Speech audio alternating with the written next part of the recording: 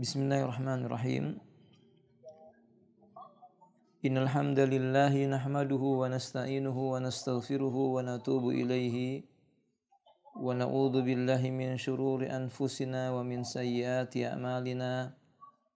Man yahdihillahu fala mudilla lahu wa man yudlilhu fala hadiya lahu. Asyhadu an la ilaha illallah wahdahu la syarika lahu wa asyhadu anna Muhammadan abduhu wa rasuluhu. Allahumma salli ala Muhammadin wa alihi wa ashabihi wa man sara ala nahjihi ila yaumil qiyamati amma ba'du. Ikhwati a'azani Allah wa iyyakum, usikum wa nafsi bitaqwallahi. Saudaraku yang dimuliakan oleh Allah Ta'ala, aku wasiatkan untukku dan untuk anda semua untuk senantiasa bertakwa kepada Allah Ta'ala. Kama qala Allah Azza wa Jalla, sebagaimana Allah mengatakan dalam Al-Quran, Ya ayyuhalladzina amanu taqullaha haqqa tuqatihi wa la tamutunna illa wa antum muslimun. Wahai orang-orang yang beriman, bertakwalah engkau kepada Allah dengan sebenar-benar sifat takwa. Dan janganlah kalian meninggalkan kehidupan dunia ini kecuali dalam keadaan tunduk patuh kepada Allah Subhanahu wa taala, yaitu muslim. Ya ayuhan nas, ittaqu rabbakumul ladzi khalaqakum min nafsin wahidah wa khalaqa minha zawjaha wa bassa minhuma rijalan katsiran wa nisaa'a wattaqullaha alladzi tasaaluna bihi wal arham innallaha kana 'alaikum raqiba. Ya ayyuhalladzina amanu taqullaha wa qulu qawlan sadida yuslih lakum a'malakum wa yaghfir lakum dhunubakum wa may yuti'illaha wa rasulahu faqad faza fawzan 'azima. Summa amma ba'du fa inna asdaqal hadisi kitabullahi wa khairul hadi hadi Muhammadin sallallahu alaihi wa alihi wasallama wa syarrul umur muhdatsatuha inna kulla muhdatsatin bid'atun wa kulla bid'atin dhalalatun wa kulla dhalalatin finnari. Saudaraku sekalian yang dimuliakan Allah tabaraka wa taala, pada kesempatan kali ini insyaallah kita akan membaca penjelasan para ulama tentang Minhaj al-Firqatin Najiyah, jalan hidup, pola dalam beragama yang ditempuh oleh Al-Firqatun Najiyah, At-Taifah Al-Mansurah, golongan yang diberikan oleh Allah Subhanahu wa taala pertolongan. Sebagaimana kita mengetahui bahwa agama Allah diturunkan oleh Allah Subhanahu wa taala untuk memberikan petunjuk rambu-rambu bagi manusia yang hidup di dunia ini, bahkan bagi seluruh alam, tentang jalan yang bisa mengantarkan mereka kepada Allah Subhanahu wa taala. Karena ikhwati a'adwayakum, kita mengetahui manusia itu tidak memiliki pengetahuan kecuali cuma sedikit. Allah mengatakan dalam Al-Quran, wa ma utitum min ilmin illa qalila wa ma utitu minal ilm illa qalila. Tidaklah aku memberikan kepada kalian, dan tidaklah manusia itu diberikan ilmu oleh Allah Subhanahu wa taala kecuali cuma sedikit saja. Dan kebanyakan manusia itu tidak menyadari bahwa yang mereka miliki itu sedikit. Alias kebanyakan manusia itu bodoh atau jahil. Dari kebodohan yang mereka miliki ini timbul musibah yang besar. Musibah itu disebut dengan at-tafarruq, berpecah belah, berselisih pendapat, menganggap sebagian atau sebagian yang lainnya tidak memberikan manfaat. Makanya ikhwati a'azal wa iyyakum, Allah memperingatkan kepada manusia supaya manusia jauh dari berbagai macam sifat yang menyebabkan perpecahan. Allah katakan dalam surah Ali Imran, wa'tasimu bihablillahi jami'a. Wa'tasimu bihablillahi jami'a wa la tafarraqu. Dan berpegang teguhlah kalian semua dengan talinya Allah Ta'ala. Jangan kalian berpecah belah. Yakni berpecah belah dalam urusan agama. Allah menyebutkan dalam surah Ar-Rum, wala takunu minal musyrikin.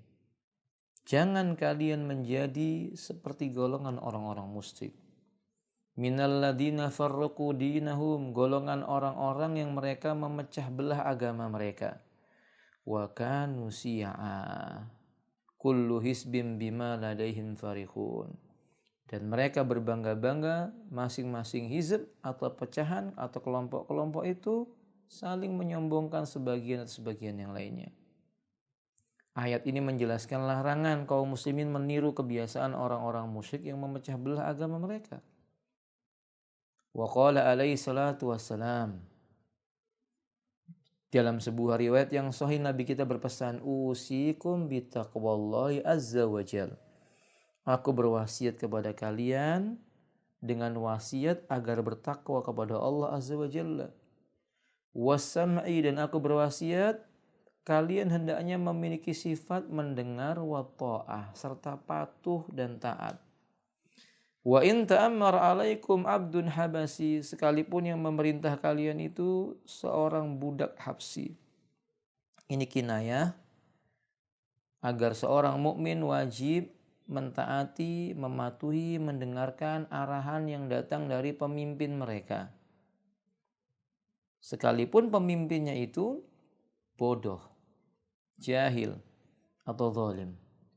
فَإِنَّهُ مَنْ يَعِشْ مِنْكُمْ فَسَيَرَى اخْتِلَافًا كَثِيرًا. Karena sesungguhnya barang siapa di antara kalian itu hidupnya panjang, yakni punya umur yang panjang, kelak niscaya ia melihat ikhtilafan katsira, perselisihan yang banyak. Nabi memberikan peringatan bahwa ini ada tabiat manusia yang buruk. Siapapun mereka dari kalangan umat ini, tabiatnya suka memecah belah, berpecah belah, berselisih dan membuat golongan-golongan. Nabi SAW katakan, kalau ini kalian jumpai perselisihan yang banyak, perpecahan dalam tubuh kaum muslimin, fa'alaikum bisunnati. Jalan keluarnya atas kalian adalah berpegang teguh dengan sunnahku. Yang dimaksud dengan sunnahku di sini adalah kullu ma sudira anin nabi sallallahu alaihi wasallam min qaulin aw fi'lin aw takririn. Setiap yang sumbernya dinyatakan pasti datang dari nabi kita. Bisa bentuknya perkataannya nabi, perbuatan amaliyahnya nabi, atau sesuatu yang terjadi disetujui oleh nabi. Itu disebut dengan sunnahnya nabi, jalan hidupnya nabi. Wa sunnatil khulafa'ir rasyidin, dan atas kalian mengikuti, berpegang teguh dengan sunnahnya khulafa'ir rasyidin. Maksudnya jalan hidupnya para sahabat Nabi, karena mereka dalam beragama persis dengan cara beragamanya Nabi. Al-Mahdiyin, mereka orang-orang yang disebut oleh Nabi golongan yang mendapatkan hidayah. Tamassaku biha, kata Nabi, pegangi teguh-teguh sunnahku tadi itu. Loh, kok di sini yang disebutkan cuma sunnahku? Iya, karena ini menunjukkan para sahabat telah berpegang dengan sunnah. Kalau kalian berjalan di atas jalan para sahabat, kalian harus pegang sunnahnya Nabi SAW. Bu'addu alaiha bin nawajid, gigit sunnahku tadi dengan gigi geraham. Ya ini pegang kokoh karena fitnahnya besar. Lalu Nabi memberitahu sebab-sebab perpecahan itu. Wa iyyakum wa muhdatsatil umur. Jauhi oleh kalian mengada-ngada dalam urusan agama. Fa inna kulla muhdatsatin bid'atun, karena mengada-ngada dalam agama itu disebut oleh syariat dengan bid'ah. Inilah penyebab perpecahan. Wa kullu bid'atin dhalalah. Maka kata Nabi, setiap bid'ah itu dhalalah, sesat. Wa kullu dhalalatin finnar. Dan setiap kesesatan tempatnya di dalam neraka. Rawahun Nasa'i wa Tirmidzi wa qala hadisun hasanun sahihun. Hadis dikeluarkan oleh Imam Nasa'i dan Tirmidzi. Kata Imam Tirmidzi, ini hadisnya derajatnya hasan sahih. 3 dalil ini memberikan isyarat kepada kita bahwa tabiatnya manusia itu berpecah belah. Nah, syariat kita diturunkan untuk menyatukan manusia. Allah memerintahkan pemegang teguh agama ini harus berjalan di atas sunnahnya Nabi. Melarang mereka berpecah belah.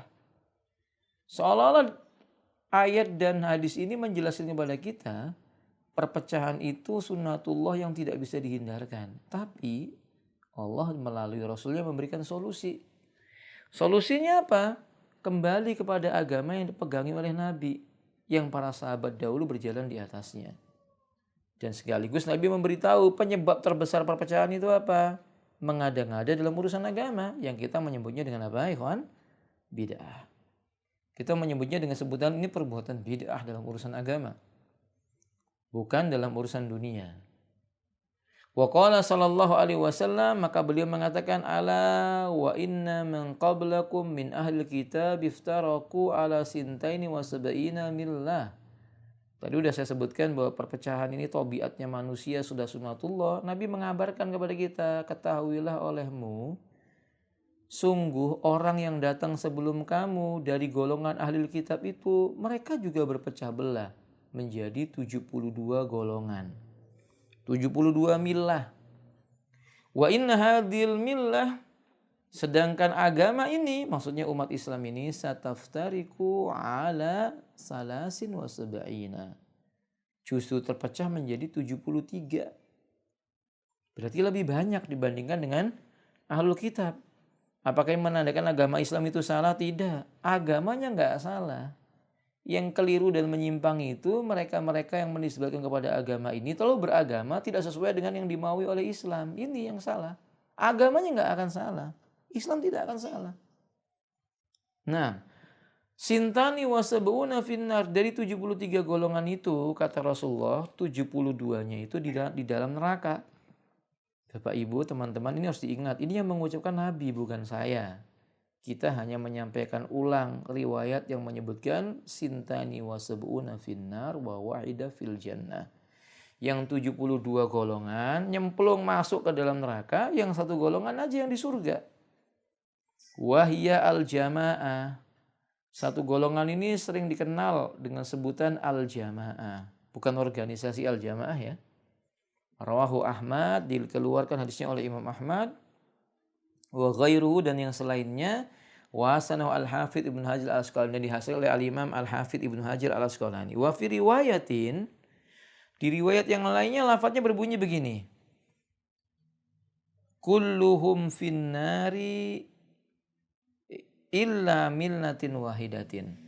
Semua 73 golongan dari umatku ini masuk ke neraka kecuali cuma 1 milah saja yang tidak. Siapa itu, kata Nabi? Ma'ana alaihi wa ashabi, yaitu mereka yang aku dan para sahabatku berada di atasnya dalam beragama. Maksudnya yang selamat itu mereka yang memiliki cara beragama seperti Nabi dan jalannya para sahabat dalam beragama. Bukan urusan dunia ya. Tapi metode mendapatkan dunianya diatur sama agama. Adapun urusan dunianya, bikin rumah bentuknya persegi 3, persegi 4, jajaran genjang atau apapun namanya, itu urusan dunia. Tapi cara buat rumahnya, perlu nggak tanam kepala kerbau dulu? Nah ini bab agama, nggak boleh main-main. Tapi kalau urusan dunianya nggak ada masalah. Mau pakai atap segitiga, mau pakai atap cuman sakof biasa saja lah, basabi. Begitu. Mau pakai pesawat terbang atau mau sepeda ontel, enggak ada masalah. Lalu kata beliau, ikhwati adlu'ayakum, ketika Nabi mengatakan ma'ana alaihi wa ashabi, yaitu golongan yang aku bersama dengan para sahabatku di atasnya beragama. Maksudnya cara beragamanya kayak Nabi dan para sahabat. Makanya Ibnu Mas'ud radhiyallahu taala menjelaskan supaya lebih gamblang lagi masalah ini.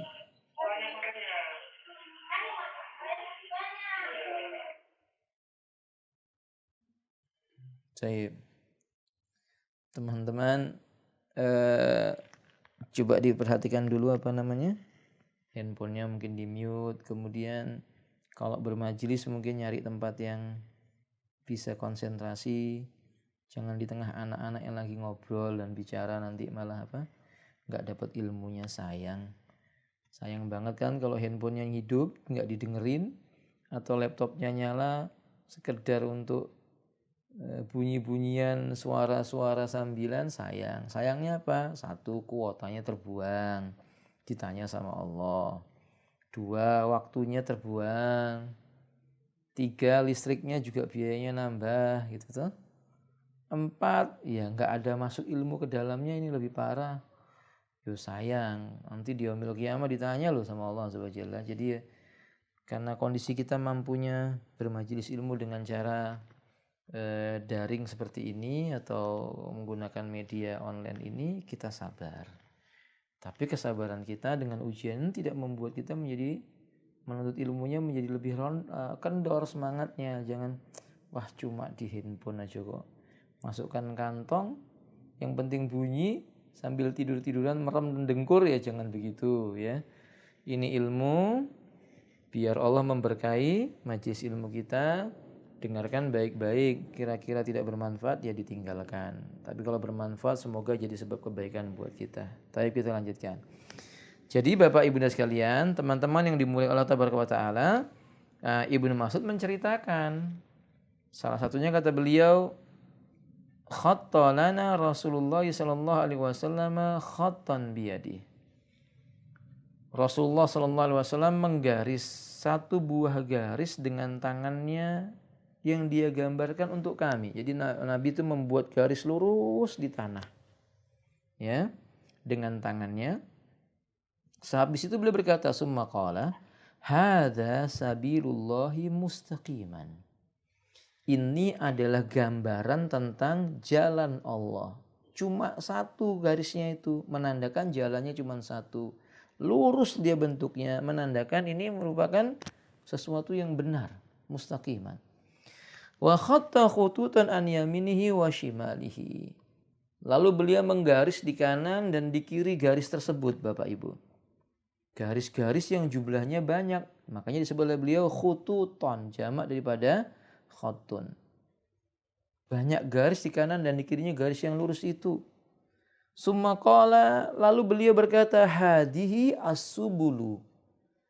Yang ini di kanan dan kiri disebut dengan subul, banyak jalan. Laisa minha sabil, tidaklah dari satu jalan dari jalan-jalan yang banyak itu sabilun, sebuah jalan yang ada, illa melainkan alaihi syaitan yad'u ilaihi. Ada dai syaitan dari bangsa jin maupun manusia yang mengajak untuk melewati jalan itu. Jadi jalan di kanan kiri tadi itu loh Ibu, masing-masing jalannya ada dai setan dari bangsa jin dan manusia yang mengajak manusia untuk sesat. Summa qara'a qaulahu ta'ala, kemudian Nabi membaca firman Allah Subhanahu wa taala, wa anna hadza sirati mustaqiman fattabi'uh, dan sesungguhnya ini loh jalanku yang lurus itu cuma satu, ikuti dia. La tattabi'us subula, jangan kamu ikuti jalan-jalan yang jumlahnya banyak. Fatafarraqa bikum asabilih, yang kelak jalan yang banyak ini akan memecah kamu dari jalan Allah yang cuma satu tadi.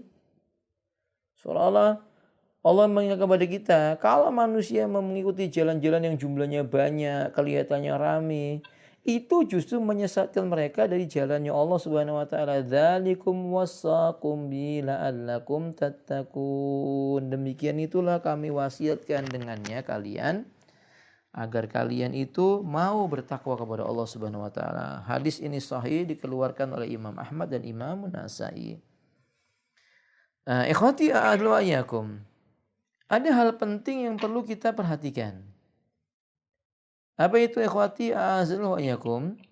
Hal pertama yang patut kita perhatikan adalah yakni siapa itu golongan yang selamat itu. Yang tadi hadisnya disebutkan al-firqah, ada juga yang menyebutkan al-millah, ada juga yang menyebutkan ini al-jamaah. Siapa itu?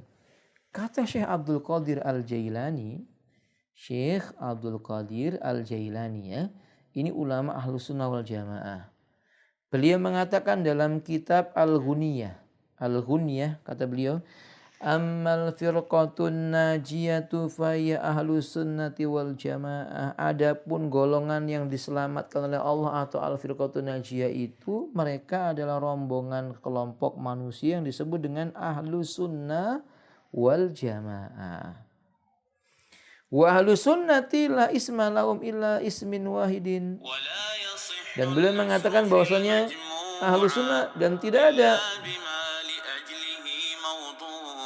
Sebentar ya, Pak.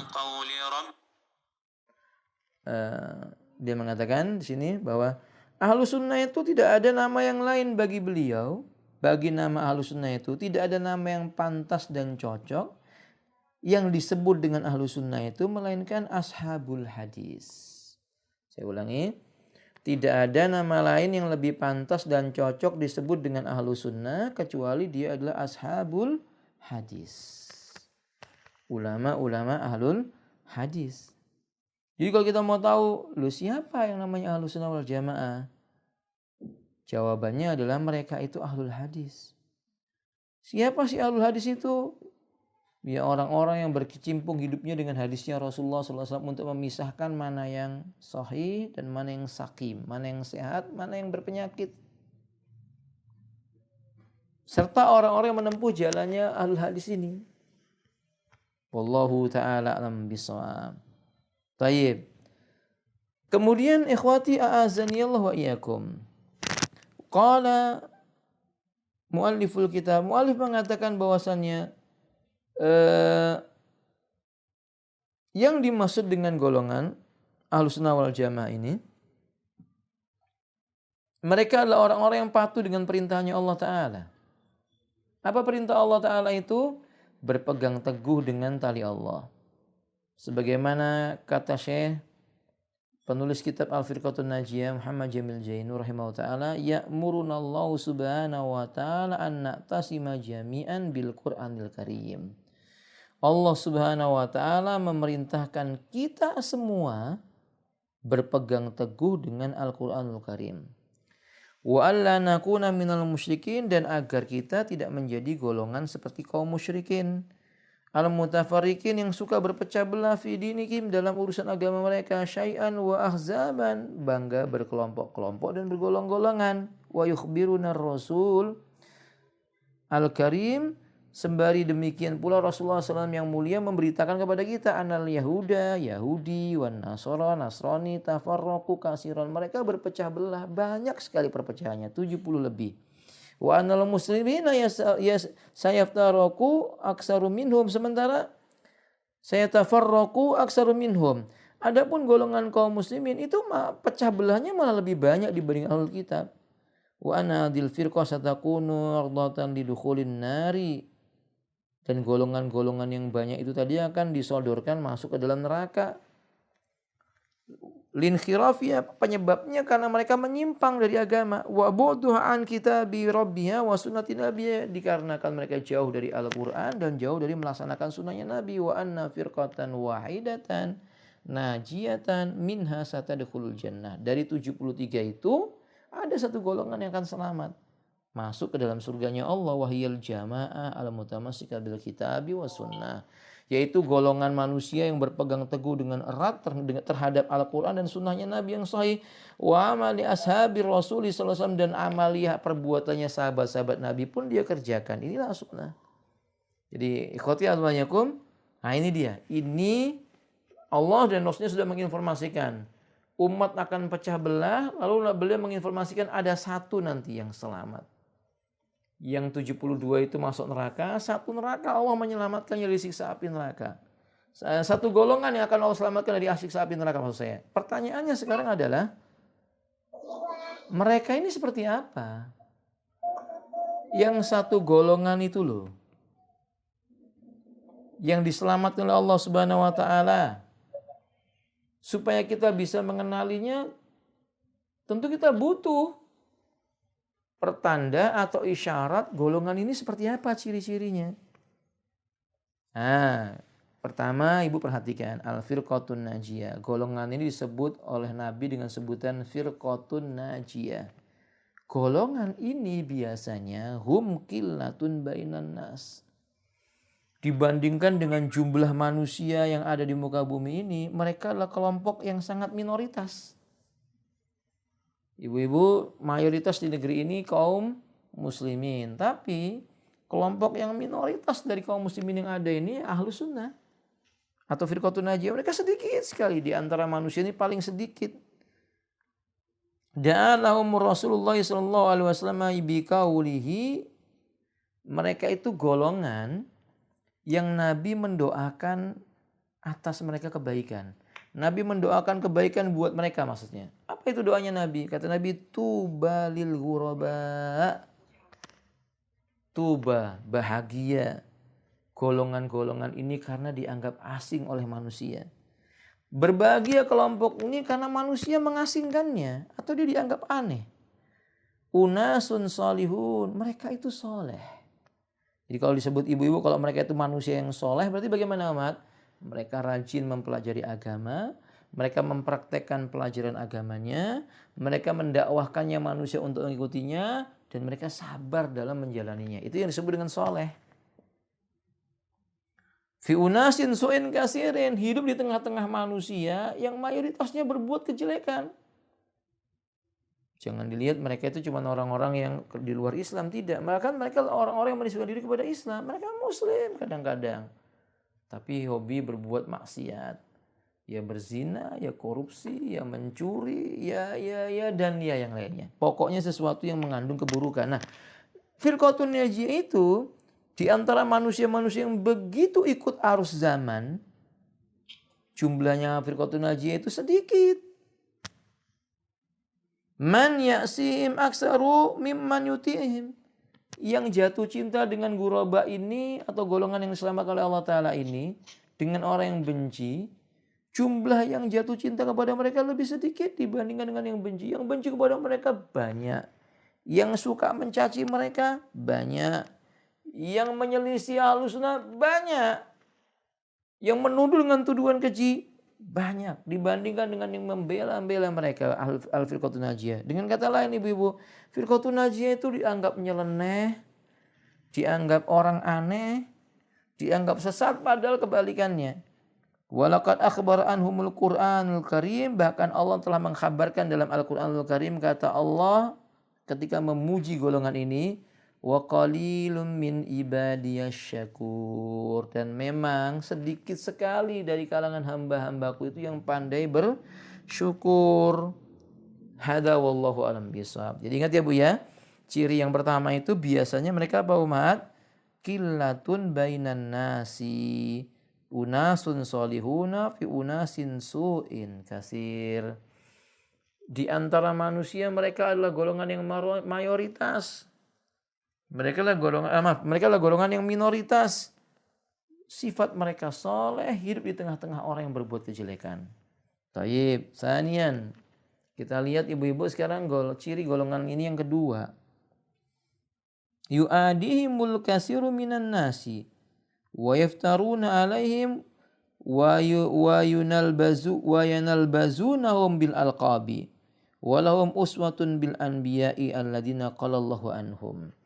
Mereka adalah golongan yang sering disakiti, diberikan gelar-gelar buruk, lakop-lakop kejelekan, dilemparkan tuduhan kebohongan kepada mereka. Perhatikan ini Bu, mereka ini golongan yang suka dimusuhi, disakiti, dilemparkan tuduhan kebohongan, dan diberikan gelar-gelar yang buruk. Ya benar, lihat sekarang. Baik, kita lanjutkan ikhwati azlakum. Afwan tadi ada telepon dari asatid. Baik ikhwati azlakum, kita lanjutkan. Jadi yang benci sama mereka lebih banyak, diberi tuduhan-tuduhan kebohongan, digelar-gelari dengan gelaran-gelaran yang buruk, Tapi jangan khawatir, itu terjadi dikarenakan pendahulu mereka juga seperti itu dari kalangan para nabi. Lihat ibu-ibu, Allah katakan dalam surah Al-An'am, kadzalika ja'alna likulli nabiyyin aduwwanis syayatin syayatinil insi wal jin yuha ba'duhum ila ba'din zuhrufal qawli ghurura. Demikianlah telah kami jadikan tiap-tiap nabi itu ada seorang yang memusuhinya dari golongan setan, manusia dan jin. Diwahyukan kepada mereka, kepada sebagian yang lainnya perkataan-perkataan yang menghias-hiasi tapi menipu. Ini perkataan yang seolah-olah menghiasi tapi ini menipu. Ada ikhwati ahlu'ayakum. Jadi pendahulunya golongan yang selamat ini, pendahulunya Al-Firqatun Najiyah ini siapa ya? Nabi-nabi. Ibu lihat Nabi digelari dengan gelar jelek-jelek, dijuluki dengan julukan yang buruk padahal tidak seperti itu, dan bahkan dituduh dengan tuduhan yang enggak ada pada beliau. Nabi dituduh dengan tuduhan tukang sihir, dikasih gelar penyair gila, Masya Allah. Allahul musta'an. Ditambahi lagi nabi-nabi dilemparkan kebohongan kepada mereka. Dituduh nabi gila dunia, mencari sensasi, dan yang semisal daripada itu. Akhirnya permusuhan yang ditimbulkan sama manusia kepada beliau, banyak orang-orang Quraisy yang membencinya. Sama Firqatun Najiyah kan seperti itu, umat. Dia akan dimusuhi oleh orang banyak. Karena apa? Dia berpegang dengan Quran dan Sunnah yang murni dengan pemahaman para sahabat. Dia benci syirik, dia benci perbuatan bid'ah, dia benci segala macam yang mengotori akidah yang lurus. Dia benci itu. Nah, manusia tidak suka dengan mereka, akhirnya dimusuhi, dibenci, dikasih gelar macam-macam. Apa namanya itu gelarnya? Ada yang dikasih gelar kadrun. Kadrun itu kadal gurun ya kata mereka. Ada lagi macam-macam gelar, kambing kesiangan kata dia. Allahul musta'an. Dianggap mereka menuduh dengan perkataan antek Yahudi. Oh, itu golongan selamat atau Ahlussunnah itu anteknya Yahudi. Padahal mereka adalah orang-orang yang sangat benci dengan keyakinannya orang-orang Yahudi. Allahul musta'an. Wa hadza Rasulullah sallallahu alaihi wasallam qala anhu qaumuhu. Ini loh teladannya Ahlussunnah wal Jamaah Firqatun Najiyah, yaitu Rasulullah sallallahu alaihi wasallam. Beliau saja tidak lepas dari tuduhan orang musyrik yang mengatakan sahirun kadzab, Muhammad itu sudah tukang sihir, pembohong lagi, padahal Nabi enggak pernah bohong. Haina mada'ahum ila tauhid, ketika mereka diajak ayo bertauhid.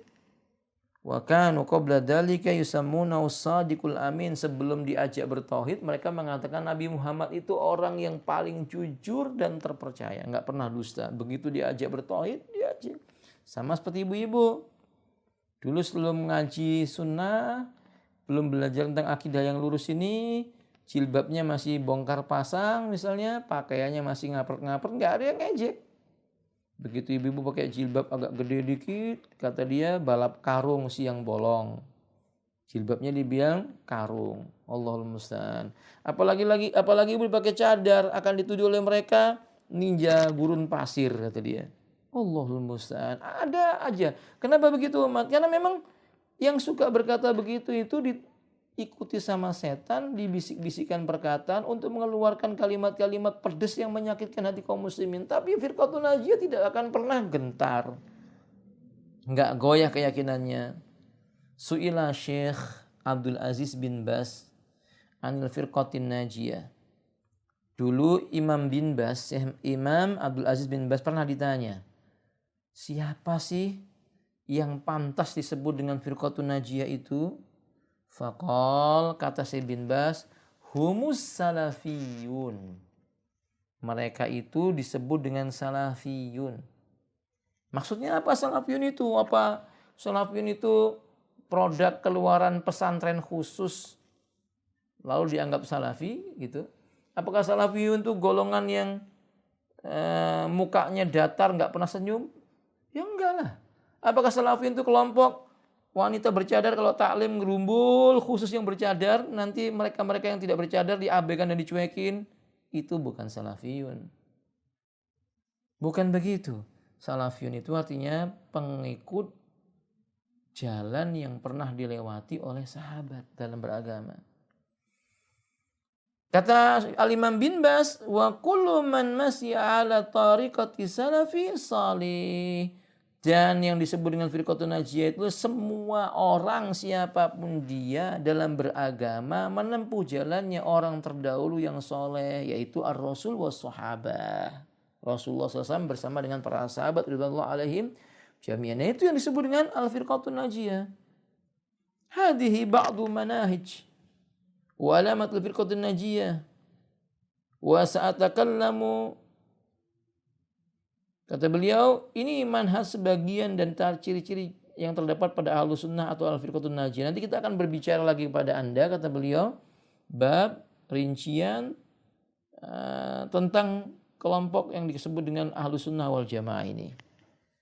Tapi yang perlu kita tambahkan umat Ahlus Sunnah wal Jamaah itu, mereka ini punya pola hidup yang jelas dalam beragama. Kita lihat pola hidup dalam beragama atau namanya disebut manhaj. Manhaj, jalan hidup yang dilewati.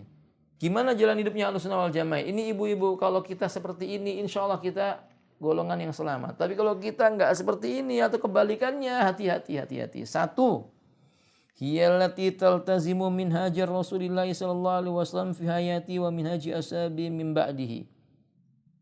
Golongan ini golongan yang terus-menerus menempuh jalan yang pernah ditempuh oleh Nabi dan para sahabat. Artinya golongan ini jalan hidupnya yang dilewati oleh Nabi dan para sahabat yang mereka pakai. Jadi cakupannya luas ya. Bukan hanya memahami dalil Quran dan Sunnah, tapi pola hidupnya pun berusaha meniru yang datang dari Nabi dan para sahabat. Ketika dinisbahkan dengan urusan agama. Apa itu? Wahwal Qur'anul Karim, yaitu berpegang teguh dengan Al-Qur'anul Karim. Makanya ibu-ibu, golongan yang selamat itu pasti cinta sama Al-Qur'an. Senang membaca Quran, menghadiri daurah-daurah Al-Qur'an, menghafal Al-Qur'an, mengamalkan isinya. Nah, ini manhajnya Nabi dan para sahabat. Ya. Kemudian juga wahwal Qur'anul Karim alladzi anzalahu ala rasuli wa baina li sahabatihi fi ahadits sahihah wa bayyana li sahabati fi ahadits sahihah, yaitu selain Al-Qur'anul Karim mereka berjalan dengan sunnahnya Nabi sebagai sesuatu yang bisa menjelaskan isi Al-Qur'anul Karim. Ini sunnah Nabi yang sahih. Wa amarul muslimina bitamasuk bihima. Lebih daripada itu, masih pada poin yang sama ini umat ya. Firqatun Najiyah itu selalu mengajak kaum muslimin kepada Quran dan berpegang teguh dengan Al-Quran. Enggak ada ajakannya Firqatun Najiyah itu kepada selain Al-Quran, enggak ada. Ajakan kembali kepada budaya, enggak ada. Kembali kepada Al-Quran dan Sunnah. Berpegang teguh juga dengan Al-Quran dan Sunnah. Hidup dan mati dengan Al-Quran dan Sunnah. Enggak ada. Golongan yang akan diselamatkan oleh Allah di yaumil qiyamah itulah golongan yang mereka mengukur benar buruk dengan apa? Timbangan mayoritas manusia, enggak. Tapi timbangannya Quran dan sunnahnya Nabi SAW. Nabi kita berkata, taraktu fikum say'ani lan tadillu ba'dahuma. Kutinggalkan kepada kalian dua perkara, tidak akan sesat kalian sepeninggalku setelah berpegang dengan keduanya itu. Kitabullah wa sunnati, yaitu pegangi Al-Quran dan pegangi sunnahku. Wa la yatafarraqu hatta yarida alayyil haud. Nabi ingat kepada kita bahwa dua perkara ini enggak akan membuat manusia sesat kalau dipegang teguh oleh manusia. Sampai mereka nanti bertemu dengan Nabi, kata Nabi, di haudnya Nabi SAW. Disahihkan oleh Al-Imam Al-Albani dalam kitab Sahihul Jami. Wallahu a'lam bissawab. Ini manhaj ya, metode hidup yang pertama. Metode hidup yang keduanya bagaimana? Jalan hidupnya Firqatun Najiyah itu ta'udu ila kalamillahi wa rasulih hina tanazu wal ikhtilaf amalan biqauli ta'ala. Mereka golongan yang punya cara simpel dalam menyelesaikan masalah. Ketika terjadi tanazu, ikhtilaf, perselisihan, perbedaan pendapat, Mereka kembalinya kepada Al-Quran dan mereka kembalinya kepada Sunnah Nabi SAW. Itu mudah. Jadi simpel mereka itu. Punya masalah, kembalikan kepada Quran. Punya problem, kembalikan kepada Al-Quran. Dikembalikan semuanya kepada Kitabullah dan Sunnah Rasulullah SAW. Selesai. Ini simpel manhajnya mereka itu. Ayo kita punya masalah, ayo duduk. Lihat dalam Quran bagaimana, dalam hadis bagaimana. Begitu. Bukan mengedepankan hawa nafsu. Karena mengamalkan firman Allah dalam Al-Quran surah An-Nisa, fa in tanaza'tum fi syai'in faruddu ila Allahi war Rasul in kuntum tu'minuna billah wal yaumil akhir. Dzalika khairu wa ahsanu ta'wila. Jika kalian berbeda pendapat pada suatu perkara, maka kembalikanlah perkara itu kepada Allah dan Rasulnya. Jika kalian itu benar-benar beriman kepada Allah dan hari kiamat, itu lebih baik bagimu dan lebih ahsan ta'wilnya buatmu. Jadi kembalikannya kepada Al-Quran dan Sunnahnya Nabi SAW. Segala permasalahan yang kayak sekarang ini umat lagi rame permasalahan produk apa namanya itu, kok jadi lupa saya. Yang lagi rame di media sosial, bukannya di media sosial. Unilever. Apa Unilever. Unilever ya. Oh iya. Produk Unilever itu mereka berselisih, ini halal enggak pakai produk Unilever, haram tidak pakai produk Unilever, boleh enggak jual beli, boleh enggak memboikotnya. Ini kan permasalahan yang sebenarnya kalau mau dikembalikan kepada Quran dan Sunnah itu gampang gitu loh. Tapi kalau udah kembalinya kepada menurut saya, menurut pendapat saya, mau kata guru saya, kata tuan saya, ya enggak akan selesai. Ya akan selesai. Ada ikhwati anwayakum. Nah ini makanya kalau Ahlussunnah enggak, kembalikan kepada Quran bagaimana, Sunnah bagaimana, apa yang dikatakan oleh Al-Quran itu hukumnya halal ya halal, apa yang haram ya haram gitu. Ada wallahu alam bisawab.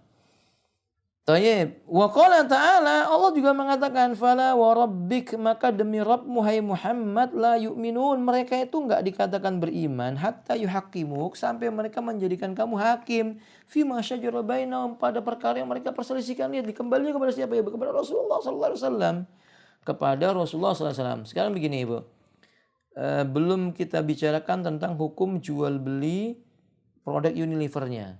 Tapi pertanyaannya lah, kalau ada roti, kalau ada sirup, atau ada makanan buatan PT Unilever atau apa namanya begitu, Unilever itu PT atau apa saya nggak paham, buatannya halal nggak dimakan? Halal. Jawabannya apa?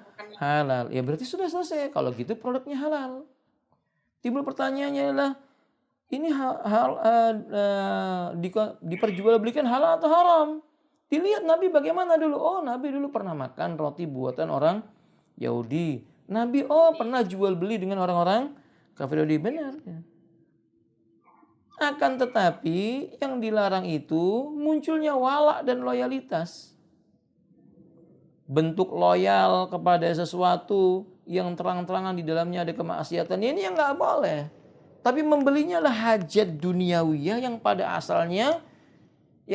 asalnya oleh syariat diizinkan, maka kita anggap selesai permasalahannya. Si fulan misalnya yang mau beli sabun, produknya enggak, yang ada yang menguasai pasar Unilever dan kita butuh produk itu. Kenapa? Apakah dilarang membelinya? Ya jawabannya boleh. Tapi kalau ada produknya si Alan yang bukan produk Unilever, condong kepada Islam, ya udah beli yang itu lebih baik tanpa harus mengatakan beli produk yang ini haram, karena enggak ada dalil yang menyebutkan keharamannya. Begitu. Makanya kembali kepada ini, kembalikan kepada Rasul bagaimana menghukuminya. Gimana Rasul menghukuminya? Karena Allah mengatakan demi Rabbmu hai Muhammad, tidak beriman mereka sehingga mereka menjadikan engkau hakim pada perkara yang mereka perselisihkan. Summa la yajidu fi anfusihim, kemudian mereka tidak mendapati dalam diri mereka itu harajan, ada sesuatu ganjalan mimma qadaita, terhadap apa yang telah kamu putuskan. Wa yusallimu, dan mereka itu pasrah, ikut, tunduk, patuh, taslima, dengan setunduk-tunduknya dan sepatu-patunya dengan apa yang datang dari engkau. Ada umat azlah. Ini jalannya kaum muslimin begitu. Jalannya firqatun najiyah. Tambahannya metodenya Ahlussunnah wal Jamaah firqatun najiyah itu apa ketika beragama? Al-firqatun najiyah la tuqaddimu kalam ahadin ala kalamillahi wa rasulih. Firqatun najiyah itu tidak akan pernah mungkin mendahulukan ucapan siapapun dari kalangan manusia untuk mengalahkan ucapan Allah dan Rasulnya. Tidak mungkin. Tidak mungkin Ahlussunnah wal Jamaah firqatun najiyah itu lebih memilih perkataan seseorang dibandingkan firman Allah dan hadis Rasulullah SAW. Tidak mungkin. Maka kalau ada orang mengatakan aku ini Ahlussunnah, aku firqatun najiyah, tapi yang dia condong ucapan fulan, ucapan alan, datang ayat dia katakan itu kan ayat versi kamu, datang hadis kata dia itu kan cuma hadis, datang ucapan para sahabat kata dia sahabat laki-laki kami juga laki-laki. Ini agama maunya dia. Ini bukan firqatun najiyah, ini firqatun dhalah. Golongan yang sesat. Dhalun mudil, bukan yang sesat Ibu. Tapi juga apa? Menyesatkan. Nah, ada. Dalilnya mana? Bahwa firqatun najiyah tidak akan mendahulukan ucapan manusia atas ucapan Allah dan Rasulnya. Dalilnya firman Allah Subhanahu wa taala dalam surah Al-Hujurat. Ibu-ibu semua sudah hafal ini ayatnya insyaallah. Ya ayyuhalladzina amanu la tuqaddimu baina yadayillahi wa rasuli wattaqullaha innallaha samii'un alim. Hai orang-orang yang beriman, jangan kamu mendahului terhadap ketetapan Allah dan Rasulnya. Bertakwalah kamu kepada Allah. Sungguh Allah Maha mendengar lagi Maha mengetahui. Berarti ayat ini larangan kaum muslimin mengedepankan sesuatu selain kalamullah dan Rasulnya. Selain kalamullah dan Rasulnya. Ya contohnya Rasulullah Sallallahu Alaihi Wasallam mengatakan la doror wala dirar. Tidak boleh merusak diri sendiri dan tidak boleh membuat kerusakan atas orang lain. Tidak boleh menyakiti diri dan orang lain. Nabi udah katakan demikian. Tapi kemudian mungkin ada orang yang berpendapat, oh enggak, khusus yang ini boleh-boleh saja sekali dua kali. Misalnya apa Ibu? Rokok, asapnya itu kan pasti menyakiti diri dan membuat orang lain tersakiti. Saya ulangi contohnya rokok. Asapnya itu membuat yang merokok itu sakit dan yang menghisap secara tidak langsung asap dari orang merokok itu juga terkena penyakit. Berarti dia membuat kerusakan buat diri dan orang lain. Nabi mengatakan itu enggak boleh la darar wala dirar. Haram hukumnya tidak membuat kerusakan buat diri dan orang lain. Tapi kemudian datang bisikan orang lain, enggak apa-apa. Kalau ini kan tergantung fungsinya. Kalau merokoknya sambil zikir, ketika menghisap membaca subhanallah, mengeluarkannya baca astagfirullah. Enggak apa-apa kata mereka. Ini ucapan yang tidak boleh dahulukan atas ucapannya Nabi Sallallahu Alaihi Wasallam. Contoh yang lainnya, Allah mengatakan kepada wanita-wanita mukminat, kepada Nabi agar berkata kepada wanita mukminat, apa itu perkataannya? Ayyadribna min jalabibihinna, supaya perempuan-perempuan itu mengulurkan apa Ibu? Jilbab menutup aurat. Itu muncul belakangan. Orang-orang berkata, kalau kita mau maju, kita harus tinggalkan segala macam aturan yang ada kaitannya dengan agama. Ini kan ucapan kafir ini. Ucapan kufur. Ucapan yang meremehkan urusan agama. Yang saya yakin bahkan ketika dia lahir itu ke dunia ini, orang tuanya akan mengurus dia dengan cara-cara yang agama. Bukan sekedar budaya, cara agama. Barangkali diadzani oleh orang tuanya. Kalau yang berpendapat adzan diperbolehkan di telinga si bayi. Atau barangkali diakikohkan dirinya. Minimal itu kemudian sudah besar dia berkata, kalau kita mau maju, kita tinggalkan tata cara yang ada kaitannya dengan agama. Orang seperti ini bisa jadi setan dari bangsa manusia. Ada wallahu taala alam bisawab. Jadi Ahlussunnah enggak mungkin mendahulukan perkataan manusia atas firman Allah dan ucapan Rasulnya. Sehingga kata Ibnu Abbas radhiyallahu taalaan, arahum sayahlikun. Aku lihat mereka bakal binasa, hancur berkeping-keping. Aku qala Nabi sallallahu alaihi wasallam, ketika aku katakan ini nih sabdanya Nabi. Nabi bersabda, wa yaqulun, tapi mereka malah membantah. Enggak, qala Abu Bakar, tapi Abu Bakar begini kok. Wa Umar begini kok. Hadis riwayat Imam Ahmad dan selainnya dinukilkan oleh Imam Ahmad Syakir rahimahullah taala. Lihat ibu-ibu. Kata Ibnu Abbas, aku lihat kebinasaan, aku lihat kelak dia akan binasa. Kapan itu? Ketika kita katakan ini firman Allah, ini hadis Rasulullah. Tapi kata mereka malah berkata ini dari perkataan Kiai Fulan, dari perkataan dari Ustadz Fulan. Na'udzubillah min dzalik. Nah ini penting ya ibu-ibu. Ibu penting, jangan pernah berkata kata Ustadz Fulan boleh. Jangan. Firqatun Najiyah itu kalau Ustadz Fulan boleh, dalilnya apa ya? Nah itu baru betul. Ustadz Fulan mengatakan boleh. Coba kita lihat dalilnya. Oh dalilnya memang benar membolehkan. Ya diambil. Ustadz Fulan mengatakan tidak boleh. Oh ternyata memang hujahnya menyebutkan tidak boleh. Ya diambil. Ustadz Fulan mengatakan tidak boleh. Kenapa? Ya kita percaya aja lah. Wong Ustadz nggak mungkin menyesatkan. Ya ini salah. Ini bukan jalannya Firqatun Najiyah. Nggak peduli ustadznya itu kibar maupun sighar, kabir maupun shagir, masyhur atau majhul, terkenal maupun nggak terkenal, asal jangan majhul itu artinya nggak tahu asal usulnya ya, itu yang saya maksud. Nggak ada masalah kalau diucapkan firman Allah, kalau Rasul mencocoki dengan pemahaman para sahabat, mereka mendahulukan itu Firqatun Najiyah. Wallahu a'lam bishawab. Wal firqatun najiyah yang keempat, ibu-ibu. Yang keempat, jalan hidupnya firqatun najiyah itu sebagaimana sih?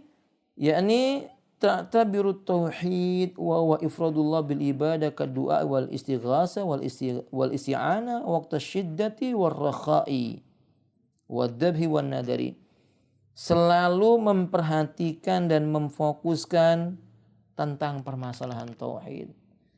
Ya Firqatun Najiyah itu golongan yang dikenal sebagai kelompok yang betul-betul tauhidnya murni. Apa maksudnya tauhid?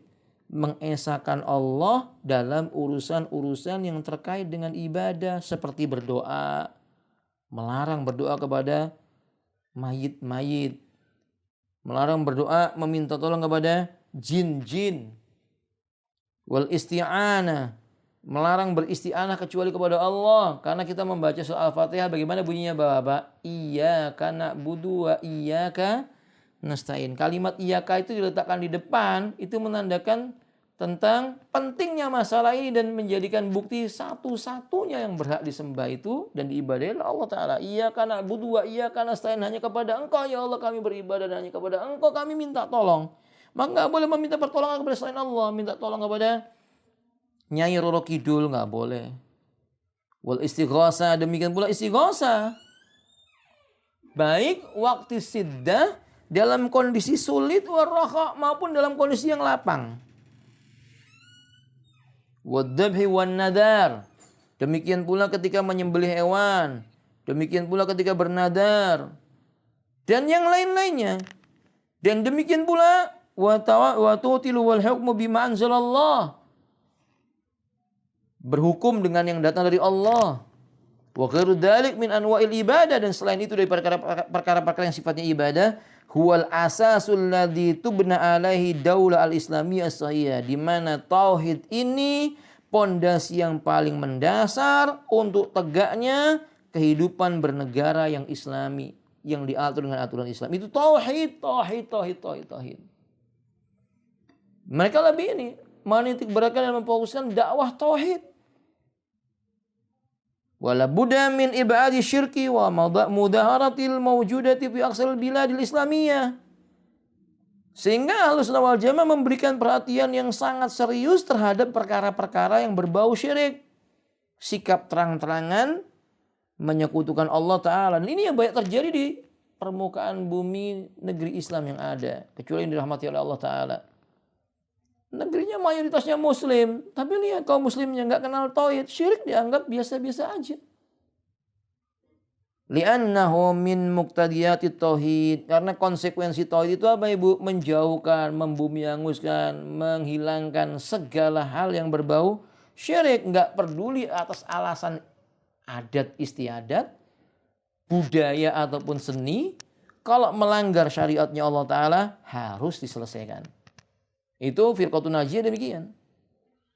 Bukan malah mengawinkan budaya dengan ajaran Islam. Apa bahasa terkenalnya apa itu, Bu? Menggabungkan budaya dengan ajaran Islam itu apa namanya, Bu?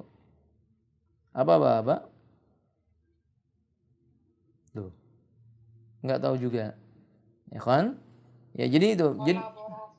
Kolaborasi. Oh ya. Ya begitulah pokoknya. Dengan cara mengawinkan budaya sama ajaran Islamnya nggak ketemu. Islam ngajak tauhid, budaya ngajak syirik misalnya. Ya kalau budayanya nggak bertentangan sama syariat ya boleh.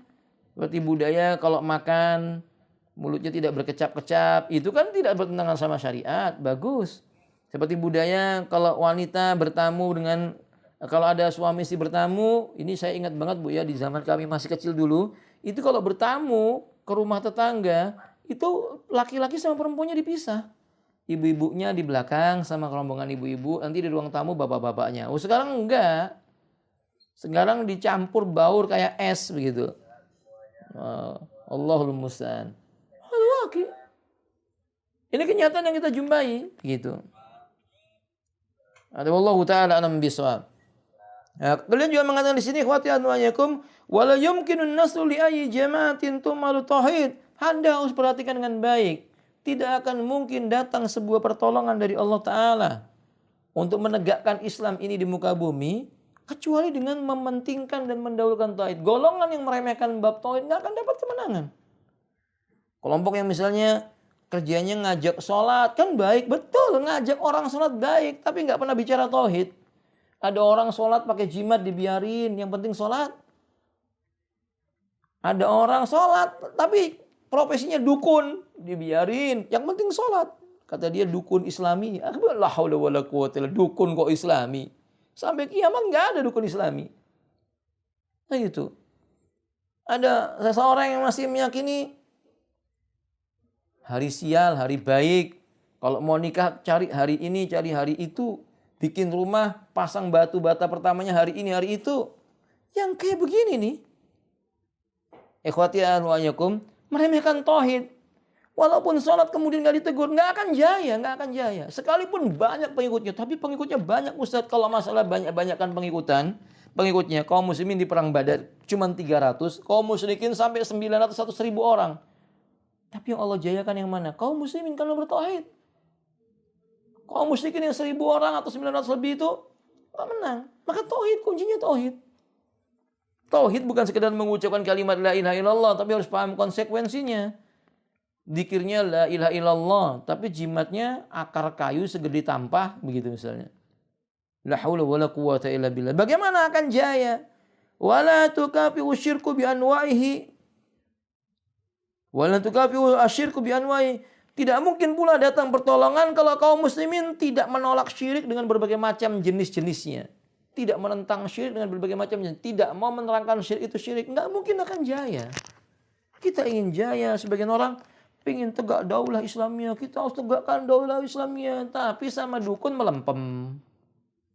Datang turun ke jalan-jalan. Daulah. La haula wala quwwata illa billah. Tapi orang pakai jimat dibiarin. Ada orang sujud di kuburan, kata dia jangan dibicarakan, bikin perpecahan. La haula wala quwwata illa billah. Kerusakan apa yang lebih rusak dibandingkan syirik? Gimana sebuah daulah akan ditegakkan kalau perbuatan syirik dibiarkan? Ahlu sunnah nggak begitu. Firqatun Najiyah nggak pernah diam. Firqatun Najiyah, mulut mereka dibungkam tidak bicara tauhid, tangan mereka akan bicara dengan tulisan. Tangan mereka akan bicara dengan tulisan. Terus akan berbicara dengan tauhid, tidak akan pernah berhenti sampai yaumil qiyamah. Ada umat adwayakum uswatun bi Rasulillah. Kenapa begitu? Karena mereka meniru Rasul. Suri teladan mereka itu Rasulullah sallallahu alaihi wasallam dan seluruh para rasul yang ada. Salawatullah wassalamu alaihim ajmain. Nah, ini dia ya. Itu yang keempat Bapak Ibu, metode mereka dalam beragama. Yang kelima, metode mereka dalam beragama bagaimana? Yuhayyuna sunan ar-rasuli sallallahu alaihi wasallam fi ibadatim wa sulukihim wa hayatihim. Catat baik-baik, garis atasi Bapak. Firqatun Najiyah itu sekelompok orang yang hobi dan sangat amat suka dalam menghidupkan sunnah nabinya. Baik dalam urusan ibadah, akhlak, dan mereka mempraktekkan sunnah Nabi itu di seluruh sendi kehidupannya. Ini camkan baik-baik ini Bu ya. Jadi Firqatun Najiyah itu nyunahnya itu nggak cuma dari segi pakaian. Nyunahnya nggak cuma dari segi muncul jenggot di dagunya, enggak. Nyunahnya juga bukan dalam masalah sholat, puasanya saja. Tapi termasuk nyunahnya mereka dengan sunnahnya Nabi itu bagaimana ibu-ibu? Suluk pribadi. Budi pekerti hidup di dunianya itu dipraktekkan dengan yang didapatkan dari Nabi. Ini patut dicatat. Ada sebagian pemuda-pemuda, jangan lihat orang lain, barangkali kita kalau masih muda. Ya kalau orang tua ya berarti ada sebagian orang tua gitu ya Pak ya. Mungkin kita termasuk dalamnya. Ya ibadahnya sudah nyunnah. Masya Allah, penampilannya sudah nyunnah. Tapi giliran akhlaknya bejat. Nggak pakai sunnah. Allahul musta'an. Nggak boleh. Akhlaknya mesti ngikuti sunnah Nabi Sallallahu Alaihi Wasallam. Sering saya mendengar begini, ya si Ustadz, saya aku itu salafiyun itu ilmunya Masya Allah. Semangat ngamalkan ibadahnya Masya Allah. Tapi ada itu catatannya yang perlu dicatat. Kata dia, apa itu? Akhlaknya jelek. La haula wala quwwata illa billah. Apa contoh akhlaknya? Khianat. Ngutang gak bayar-bayar. Allahul musta'an. Astagfirullahaladzim. Ngutang gak bayar-bayar. Teriak riba haram. Dia gak mau pergi dari riba. La ilaha illallah. Ini contoh suluk ibu-ibu akhlak. Ahlussunnah firqatun najiyah gak begitu. Antara yang diucapkan dengan mulut dengan yang tersimpan di hati itu sinkron. Itu al-firqatun najiyah itu begitu. Dibuktikan dengan anggota badannya tadi itu ibadahnya, pribadinya, pola hidupnya. Semua sunnah Nabi diterapkan dalam sendi-sendi kehidupannya semampunya. Fa'asbahu ghurabaina inda qaumi. Makanya mereka itu menjadi golongan yang dianggap aneh di mayoritas orang. Ibu lihat di zaman sekarang mayoritas orang punya pikiran kita ini kalau nggak kredit punya rumah dari mana? Kan itu kebanyakan orang hari ini ibu-ibu. Sampai ada seorang yang belum jadi pengantin baru melamar. Kemudian calonnya udah bicara, nanti kita kredit rumah di mana? La ilaha illallah. Kredit dengan cara riba. Haula wala quwwata illa billah. Makanya dianggap asing karena kebanyakan orang menganggap pinjam uang di bank yang konvensional ada ribanya itu boleh-boleh saja. Kalau enggak gitu kita nanti punya rumah dari mana? Kalau enggak begitu kita punya rumah mobil dari mana? Kalau enggak gitu kita bisa menikmati makanan pizza dan donat dari mana? Kata dia demikian. Ya Allah, ya Rahman Rahim. Bapak Ibu perhatikan baik-baik, Firqatun najiyah faham.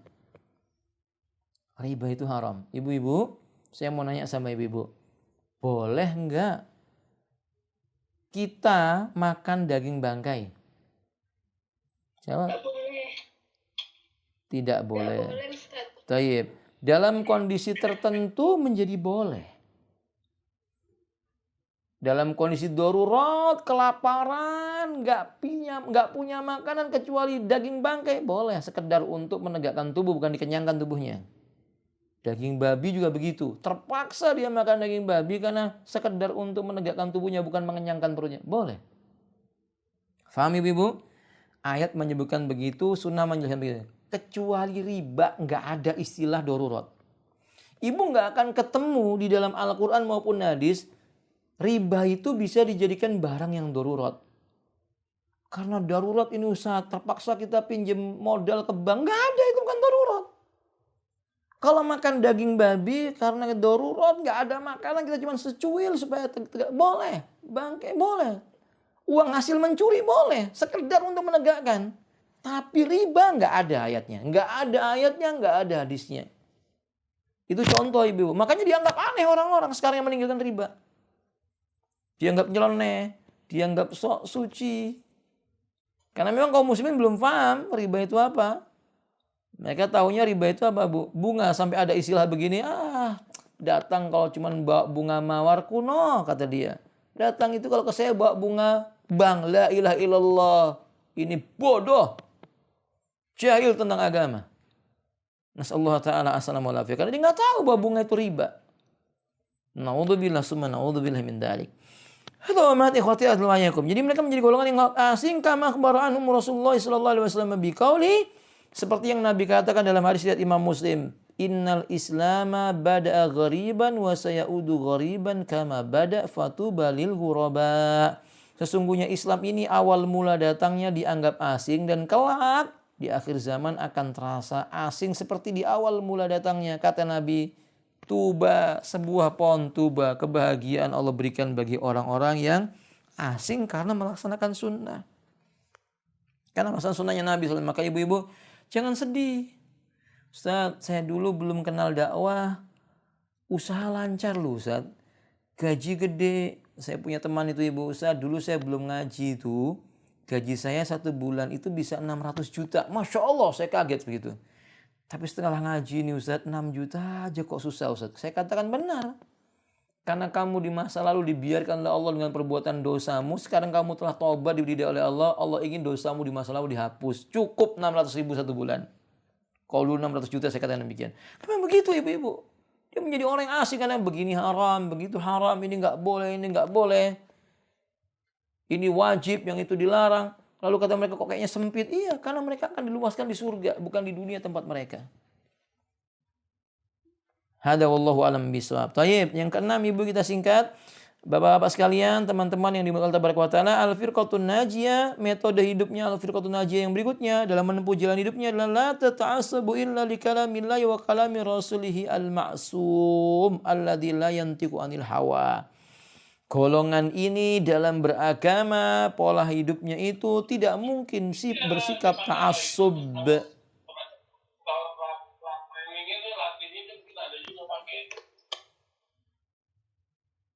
Itu ikut taklim apa enggak ya? Bang Admin, itu tadi ikut taklim apa enggak? Suaranya masuk begitu. Masya Allah. Iya, kalau pas enggak taklim mungkin jangan diikutkan masuk ke dalam. Nanti sayang gitu kan. Ya, thayyib, ikhwati azma'ikum. Ya, al-firqatun najiyah itu tidak ta'assub. Apa sih ta'assub itu? Ta'assub itu bersikap fanatik. Bahasa mudahnya, ta'assub artinya fanatik kepada seseorang atau golongan tertentu yang dia menganggap selain golongannya, walaupun kebenaran tidak perlu diterima darinya. Begitu, itu namanya ta'assub. Tidak boleh Ahlus Sunnah wal Jamaah, firqatun najiyah itu ta'assub kecuali hanya kepada Al-Quran, kalamullah. Dan kepada sunnah Nabi, kalamnya Rasulullah SAW.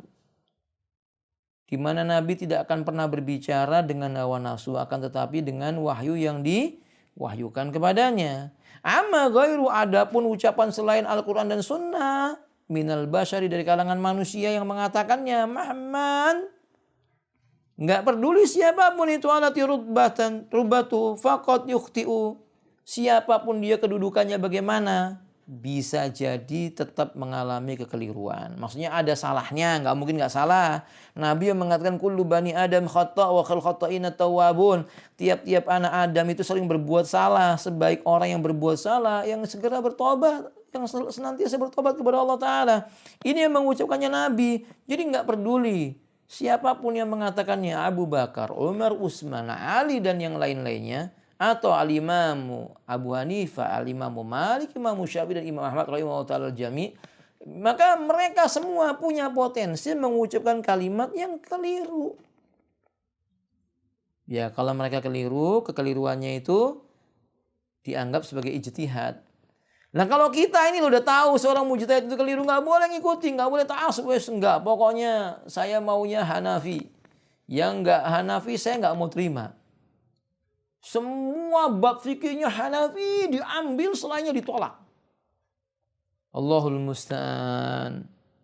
Atau misalnya maunya cuman Syafi'i saja, yang enggak Syafi'iyah ditolak. Tapi anehnya, giliran bab akidahnya Syafi'i enggak diambil. Seperti keyakinannya Imam Syafi'i itu, Imam Syafi'i berkeyakinan pahala yang dikirimkan kepada si mayit enggak sampai. Ini mazhabnya Imam Syafi'i ya. Akidahnya Imam Syafi'i, kalau ada seseorang baca Quran, pahalanya dikirim ke orang yang meninggal dunia itu nggak sampai.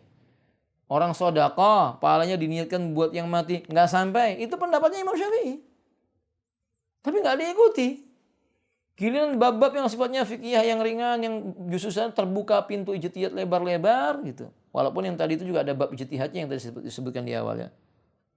Mereka katakan ini pokoknya Syafi'iyah, padahal belum tentu Imam Syafi'i seperti itu.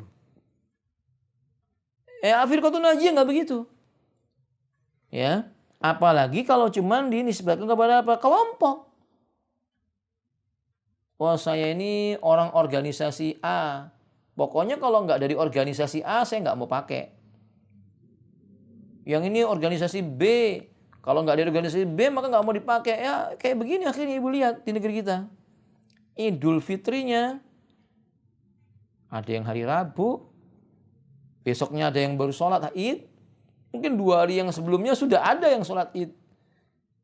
Allahul musta'an. Ini akibat apa ini? Ta'assub. Nah, firqatun najiyah enggak begitu, karena kullu bani Adam khata' wa khairul khata'ina tawwabun. Tiap-tiap anak Adam itu sering melakukan kesalahan, dan sebaik-baik orang yang bersalah mereka yang segera bertobat kepada Allah Subhanahu wa taala. Itu jalan hidup yang ke-6. Jalan hidup yang ke-7, al-firqatun najiyah hum ahlul hadisi alladzina qala Rasulullah sallallahu alaihi wasallam. Mereka itu disebut dengan ahlul hadis. Apa maksudnya ahlul hadis, Ibu? Mereka orang yang hidupnya mempelajari hadis Nabi, meneliti hadis-hadisnya Nabi untuk memisahkan mana yang sehat dengan mana yang berpenyakit, mana yang sahih, mana yang sakim, dipisahkan. Mereka orang yang cinta dengan hadis Nabi, suka baca hadis Nabi, menghadiri majelis-majelis yang dibacakan hadisnya Nabi, buku-buku tentang penjelasan hadis Nabi dia baca. Itu ahlul hadis, dan yang berjalan dengan ahlul hadis. Hum ahlun Nabi. Ahlul hadis ini, mereka ini adalah orang-orang yang lebih dekat dengan Nabi, lebih pantas disebut dengan keluarganya Nabi. Wa illam yashabu nafsu anfasuhum sahibu. Seandainya mereka tidak pernah bertemu dengan Nabi jasadnya, tapi nafas mereka menyatu dengan nafasnya Nabi. Faham maksudnya, Ibu? Begini, kita kan bernafas, Ibu. Ketika kita berbicara, kita juga bernafas.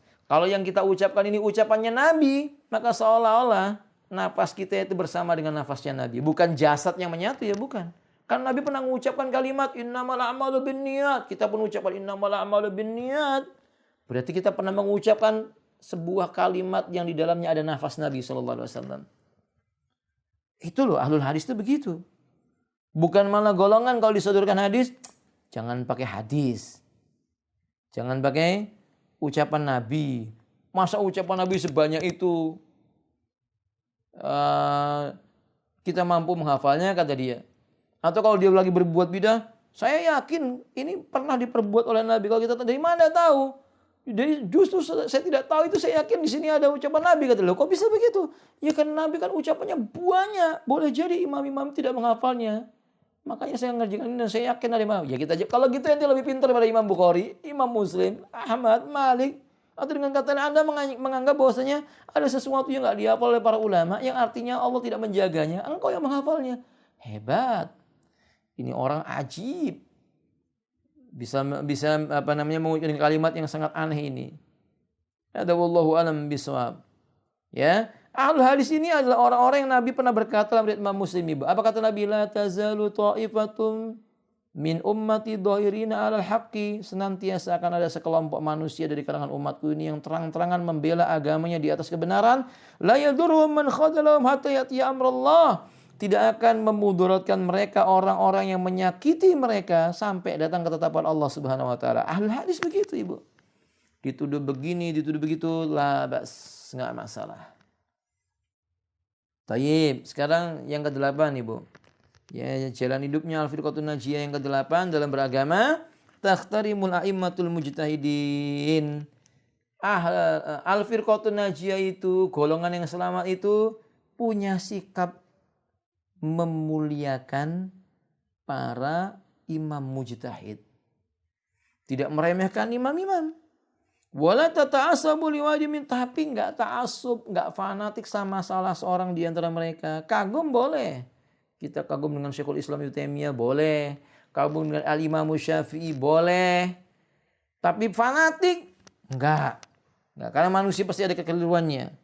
Bal ta'khudul fiqha minal Qur'ani wal ahadits sahihah. Bahkan jalan mereka itu mengambil pemahaman agama mereka dari Al-Qur'an dan dari sunnah yang sahih. Wa min aqwali mujami'an idza wafaqal hadits sahih, dan mengambil ucapan para aimatul mujtahid yang cocok dengan hadis yang sahih. Wa hadza muwafiqul li kalami, ini cocok dengan nasihat para imam itu sendiri. Aisu Ausu atba'ahum ayyakhudhu bil hadis sahih wa yatruku kulla qaulin yukhalifu. Di mana wasiatnya para imam-imam ahli hadis itu agar mengikuti sesuatu yang datang dari hadis yang sahih dan tinggalkan ucapan-ucapan yang menyelisih hadis yang sahih. Itu firqatun najiyah. Jadi firqatun najiyah nggak mungkin mendahulukan ucapannya Imam Syafi'i dibandingkan Rasulullah, ucapannya Imam Abu Hanifah dibandingkan Rasulullah dan imam-imam yang lainnya. Wallahu a'lam bishawab. Yang kesembilan, jalan hidupnya yang kesembilan, ta'muru bil ma'ruf wa tanha 'anil munkar. Mereka senang dan cinta beramar ma'ruf nahi munkar, senang menasihati dan dinasihati. Faya tunkiru turuqal mubtadi'ah wal ahzabil hadama allati farraqatil ummah. Ini beda. Wah, kata beliau, yani Ahlussunnah wal Jamaah itu mereka golongan-golongan yang tanha 'anil mu'afwan, tankirul turuqal mubtadi'ah, membenci jalan-jalan yang dipilih oleh ahli bid'ah dan kelompok-kelompok yang justru memecah belah umat. Wabtadat fid din, membuat bid'ah di dalam agama. Wabtadat anis sunnati Rasul, menjauhkan dari sunnahnya Rasulullah sallallahu alaihi wasallam. Jadi termasuk amar ma'ruf nahi munkar itu apa? Mengingkari bid'ah, begitu maksudnya. Ahlus sunnah terang-terangan berkata bid'ah itu haram. Firqatun najiyah enggak suka dengan bid'ah. Enggak ada firqatun najiyah yang apa? Senang dengan perbuatan bid'ah, enggak ada. Ada ikhwati azl wa yakum. Yang ke-10, al-firqatun najiyah tad'ul muslimina ayyakunu minal mutamassikina bi sunnati Rasulullah sallallahu alaihi wasallam. Al-firqatun najiyah selalu ngajak kaum muslimin itu menjadi golongan yang berpegang teguh dengan Quran dan sunnah itu. Selalu ajakannya pegangi Quran dan sunnah, pegangi Quran dan sunnah, kembali kepada Quran dan sunnah. Nah, dan Ahlussunnah wal Jamaah mereka itu juga tidak berhenti untuk mengajarkan kepada manusia tentang isi Quran dan sunnah Nabi sallallahu alaihi wasallam dan menempuh jalannya para sahabat hatta yadkhulul jannah bi fadlillahi taala, sampai kemudian Allah masukkan ke dalam surga dengan fadilah yang datang dari Allah Subhanahu wa taala. Jadi intinya enggak pernah capek ngajak orang kepada Quran dan sunnah gitu, Ibu. Hidupnya siang malam ngajak ikut dengan sunnahnya Nabi, cinta dengan sunnahnya Nabi sallallahu alaihi wasallam, tentu dengan metode atau uslub yang berbeda-beda, ya, yang bisa mendatangkan maslahat yang banyak. Wallahu a'lam bishawab. Kemudian yang ke-11, al-firqatun najiyah tunkirul qawanin al-wada'iyah. Ahlussunnah mengingkari hukum-hukum yang dibuat oleh manusia sengaja digunakan menentang hukum Allah. Li mukhalafati hukmil Islam. Ya kalau misalnya ketetapan hukumnya itu tidak bertentangan dengan syariatnya Allah Ta'ala, nggak ada masalah. Tapi kalau ada aturan-aturan yang dibuat oleh manusia, di mana aturan-aturan itu bertentangan dengan syariatnya Allah Ta'ala. Syariat Allah, kaum muslimah harus pakai jilbab. Tiba-tiba ada sebuah aturan, oh khusus sekolah di sini nih, nggak boleh pakai jilbab. Kalau nggak mau pakai jilbab, dikeluarkan dari sekolah. Kalau nggak pakai jilbab, dikeluarkan dari sekolah. Ini nggak boleh dipatuhi. Cari sekolahan yang lainnya. Firqatun najiyah nggak suka dengan aturan-aturan yang bertentangan dengan syariatnya Allah Ta'ala. Syariatnya Allah Ta'ala di waktu-waktu tertentu kumandang adzan disampaikan dengan suara yang keras agar manusia datang ke masjid. Kemudian muncul aturan larangan mengumandangkan adzan. Ini nggak boleh diikuti. Mereka ngingkari segala macam peraturan-peraturan yang bertentangan dengan apa? Syariatnya Allah Subhanahu wa Ta'ala. Taib. Kayak di negeri kita ada apa namanya itu, Bu? Kalau terjadi perceraian laki-laki dengan perempuan, ada harta apa namanya itu, Om? Gonogini. Dalam Islam nggak ada. Gara-gara ada aturan gonogini ini, akhirnya wanita-wanita menjadi durhaka sama suaminya, berani menentang. Lalu berharap nanti kalau sudah bercerai kan toh dapat si gono dan si gininya itu. Kalau nggak dapat gononya, ya dapat gininya. Gitu. Maka kita katakan dalam masalah ini bentuk-bentuk hukum-hukum qawanin yang tidak diterima dan ditolak oleh golongan al-firqatun najiyah. Nah ini ikhwati a'azakum. Tayyib. Kemudian yang ke-12, al-firqatun najiyah tad'ul muslimina Firqatun Najiyah mengajak kaum muslimin. Firqatun Najiyah tidak pernah menolak ajakan jika sesuai dengan syariat. Ajakan apa itu? Al-jihad fisabilillah. Memperjuangkan agama Allah. Dalam makna yang luas ya bukan dengan makna maksudnya harus cuma perang saja, tidak. Makanya Al-Sunnah memerintahkan Firqatun Najiyah mengajarkan kepada manusia belajar ilmu agama, mendalami ilmu agama, lalu berjuang dengan menggunakan ilmunya tersebut, menyampaikan yang hak itu hak, yang batil itu batil. Begitu. Itu Firqatun Najiyah demikian. Enggak benar kalau ada orang mengatakan, "Oh, itu golongan Firqatun Najiyah itu enggak suka jihad." Buktinya enggak turun ke jalan demo. Siapa yang bilang demo itu jihad? Kan begitu. Siapa yang bilang bahwa kalau orang enggak turun ke jalan itu berarti tidak berjihad? Kalau dia katakan, kami yang mengatakan, ya kalau kalian mengatakan kami tidak peduli. Kalau yang mengatakan Allah dan Rasulnya, baru kami akan merasa berdosa. Karena ikhwati ahluayakum, jihad yang utama dakwah. Mengajak manusia kepada tauhid dengan cara yang paling hikmah. Menyampaikan hujah, demikian. Bukan harus datang dan berteriak-teriak di tengah jalan. Boleh jadi itu membuat kerusakan. Allahu ta'ala, makanya beliau mengatakan, jihadnya dibagi-bagi. Satu, al-jihadu bilisan wal qalam. Mereka mengajak dan mendakwahkan manusia berjihad dengan menggunakan lisan dan pena. Yang ngomong pakai dalil, nulis pakai dalil. Ibu-ibu kalau nulis di media sosial ya pakai dalil. Dua, al-jihadu bil mal. Kalau nggak sanggup karena ilmunya terbatas, jihad menggunakan harta. Ibu-ibu punya 3 mobil, sepertiganya lah buat di jalan Allah Ta'ala. Sepertiganya 3 mobil berarti berapa, Bu? Ini yang punya mobil dijawab. 1 mobil, nah? Jadi ibu-ibu kalau punya 3 mobil, ahlan wa sahlan. Ayo diajak digunakan di jalan Allah. 1 mobil itu sedikit, Bu, kalau mobilnya ibu 3. Gitu toh. Ya gunakan untuk berjuang di jalan Allah Ta'ala. Kalau ibu punya 3 hektar tanah, ya 1 hektarnya lah. Untuk bikin pesantren. Wakafkan untuk bikin masjid yang luas. Untuk generasi yang akan datang. Kalau ibu punya rumah 3, ya 1 rumah lah diwakafkan. Bikin rumah Quran mungkin.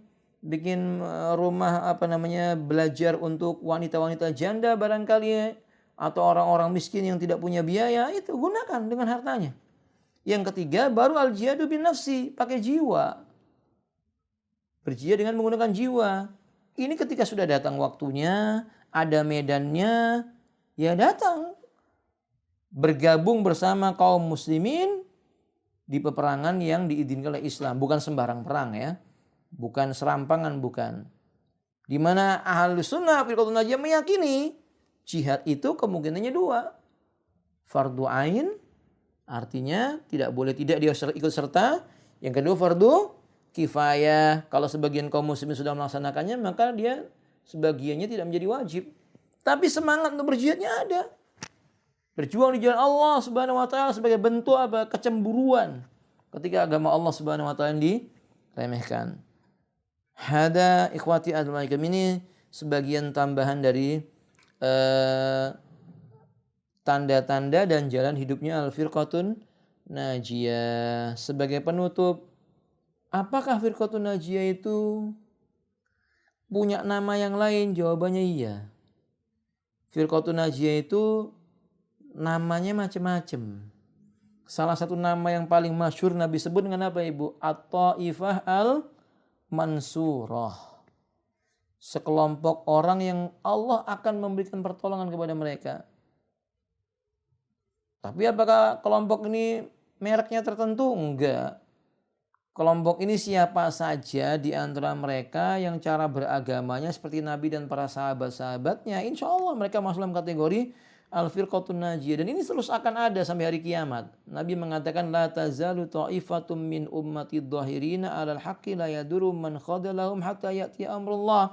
Senantiasa akan ada sekelompok manusia dari kalangan umatku ini yang mereka terang-terangan menang di atas kebenaran, dan mereka itu tidak akan memudaratkannya orang-orang yang menyakitinya sampai datang ketetapan Allah. Makanya disebutkan taifah al-mansur. Sampai kiamat akan ada ini, Bu, sekelompok orang ini. Pertanyaannya sekarang, siapa At-Taifah al-Mansurah ini? Golongan yang selamat ini siapa? Wallahu ta'ala alam bisawab. Lihat, kata Nabi, idza fasada ahlu syami fala khaira fikum. Apabila penduduk Syam telah rusak, tidak ada kebajikan dalam diri kalian lagi. La tazalu ta'ifatun min ummati mansurun, tapi akan senantiasa ada sekelompok manusia dari kalangan umatku ditolong terus oleh Allah. La yadurum man khadalahum hatta taqum masa, sampai kiamat orang yang menyakitinya tidak akan memudaratkan mereka. Siapa mereka? Kata Ibnu Mubarak, indi ashabul hadis. Hum indi ashabul hadis, menurutku kelompok yang bakal ditolong oleh Allah terus-menerus itu adalah ashabul hadis, mereka ahlul hadis. Kata Imam Bukhari, qala Ali ibn al-Madini, kata Imam Ali al-Madini, hum ashabul hadis, sama dengan ucapan Ibnu Mubarak, mereka adalah ahlul hadis. Kata Imam Ahmad bin Hanbal, illam takun hadi taifal mansur ashabul hadis fala adri man hum. Kalau seandainya bukan ahlul hadis dari yang disebut dengan firqatun kalau seandainya bukan ahlul hadis yang disebut sebagai at-taifal mansur, aku nggak tahu lagi siapa yang pantas disebut sebagai at-taifal mansur. Berarti semua mengarah kepada ucapan apa ibu-ibu? Disebut at-taifal mansur itu kalau mereka masuk dalam kategori barisan ahlul hadis. Minimal mencintai hadis Nabi, membacanya, mendengarkan penjelasan dari para ulama ahlul hadis, ini minimal demikian. Kata mereka, para ulama, fa ahlul hadisi hasaranallahu ma'am. Kelompok ahlul hadis itu semoga Allah menggolongkan kita bersama dengan mereka. Allahumma amin. La yata'assabuna liqauli sahsin muayyan. Tidak pernah taklid dan asabiyah, tidak pernah fanatik kepada ucapan tokoh tertentu. Mamman ala wa samma hasa Muhammadan sallallahu alaihi wasallam khilafa ghairhum. Terutama kalau ucapan-ucapan itu menyelisih ucapannya Rasulullah sallallahu alaihi wasallam, tidak akan mereka ta'assub dengannya. Hada wallahu alam bisawab. Demikian ikhwati a'azani Allah wa iyyakum yang mampu saya sampaikan pada kesempatan kali ini. Mudah-mudahan bermanfaat. Sebenarnya masih banyak ini ciri-ciri dari Al-Firqatun Najiyah, karena ada penjelasan dari Syekh Shalih Al-Utsaimin yang panjang sekali dan ini penting. Mungkin di lain waktu kita akan bahas tentang Minhaj Al-Firqatun Najiyah. Mereka golongan yang selamat itu dengan pola hidup beragamanya. Insya Allah diteruskan di pertemuan-pertemuan yang berikutnya. Insya Allah ya. Sampai sini ya Bapak Ibu. Udah jam 11:48. Ada sisa waktu sampai menjelang duhur untuk soal jawab. Kalau ada pertanyaan dan saya bisa menjawab, saya akan jawab insya Allah. Fadhal. Kalau seandainya tidak ada pertanyaan, ya itu lebih baik insya Allah. Barakallahu wa lakum wa alaina wa alaikum. Nah, Ustaz, giliran pertama kepada Mbak Aida Umur Raja, kami persilakan. Bismillahirrahmanirrahim. Assalamualaikum warahmatullahi wabarakatuh. Waalaikumsalam warahmatullahi wabarakatuh. Ustadz, afwan, ini ada titipan pertanyaan, ada dua. Ana bacakan dulu yang satu. Mohon nasihatnya Ustadz. Banyak sekali bahasan istri masuk ke dalam neraka. Ini adalah senjatanya para suami, padahal kalau suaminya soleh dan punya ilmu, seharusnya nggak banyak wanita atau istri yang masuk ke dalam neraka karena suaminya pintar membimbingnya. Bagaimana nasihatnya Ustadz? Barakallahu fiik. Alhamdulillah wassalatu wassalamu ala Rasulillah washabihi wa wala. Benar hadisnya menyebutkan bahwa raaitu aksara ahlin nari minan nisa. Aku banyak melihat kebanyakan penghuni neraka itu adalah para wanita. Tapi kan enggak berhenti sampai di situ, berhenti. Hadisnya ada kelanjutannya. Ketika para sahabat bertanya, dalam hadis yang lain Nabi mengatakan li'anna aksarun nisa yakfurna, kebanyakan wanita itu mereka kufur. Qila yakfurna billah, apakah mereka itu kafir kepada Allah? Qala yakfurnal asir, bukan, mereka itu durhaka kepada suami-suaminya. Jadi penyebab dari wanita itu masuk ke neraka, penyebab paling banyaknya adalah tidak pandai bersyukur terhadap suami. Tidak pandai bersyukur terhadap suami. Kalau kita kejar lagi, kenapa wanita itu tidak pandai bersyukur kepada suami? Ya banyak faktor. Banyak faktor. Faktor yang pertama, jahil tentang urusan agama. Dia bodoh tentang urusan agama. Kalau dikejar lagi, kenapa istrinya sampai bisa bodoh dengan urusan agama? Ya kalau karena sebab suaminya nggak ngajari, tidak mengizinkan datang ke pengajian, ya berarti suaminya tidak patut. Dia mengatakan wanita paling banyak penghuni neraka. Kalau begitu, kita juga patut mengatakan kalau wanita banyak penghuni neraka, laki-lakinya juga sama. Begitu karena wanita pemimpinnya adalah laki-laki kan begitu. Oke, sehingga penjelasan para ulama, jangan laki-laki nggak boleh menggunakan hadis ini untuk beralasan wanita itu paling banyak penghuni neraka. Pertanyaan kita, kalau memang wanita banyak penghuni neraka, memang yang banyak penghuni surga itu laki-laki atau perempuan? Saya mau tanya sama ibu-ibu. Penghuni surga paling banyak laki-laki atau perempuan? Laki-laki. Wanita, bidadari. Wanita atau laki-laki? Wanita. Kok wanita? Kenapa wanita, Bu? Laki-laki dong, kan banyak bidadari. Loh, bidadari itu laki-laki atau perempuan? Perempuan. Berarti banyak laki-laki dong, Ustaz. Penghuni surganya yang paling banyak siapa? Laki-laki. Penghuni surga itu paling banyak perempuan. Makanya satu laki-laki pasang, perhatikan baik-baik, Bu. Satu laki-laki di surga itu pasangan hidupnya 100. Kok ada mobil mundur? Baik, ibu-ibu perhatikan baik-baik.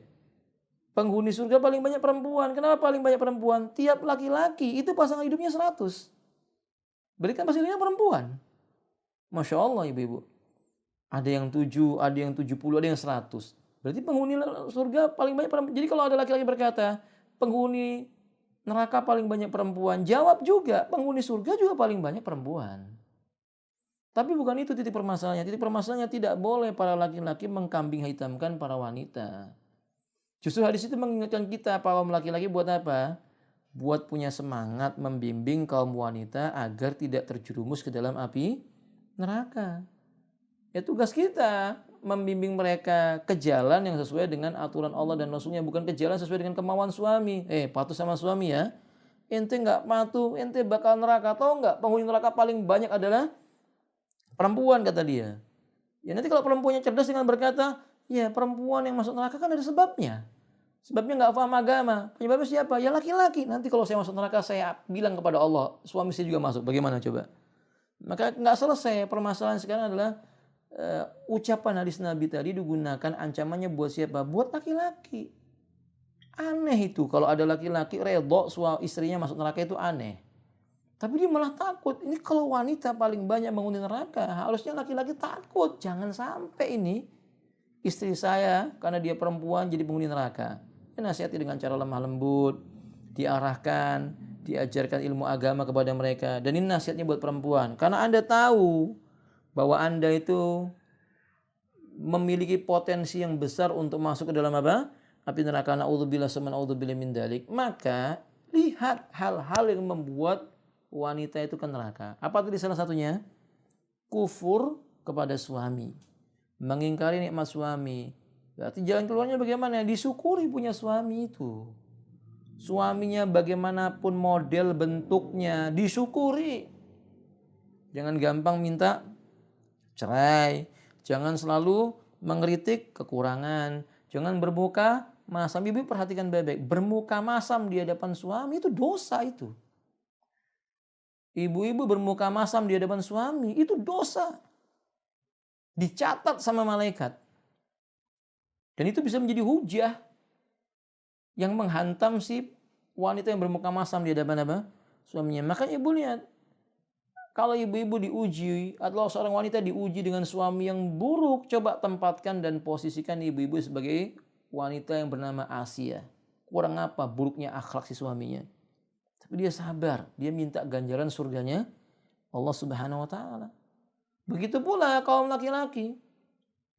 Ketika diuji oleh Allah Subhanahu wa taala dengan buruknya si istri, dia harus berusaha menempatkan diri sebagai nabi apa? Nuh dan Lut yang diberi oleh Allah cobaan dengan istri yang buruk akhlak.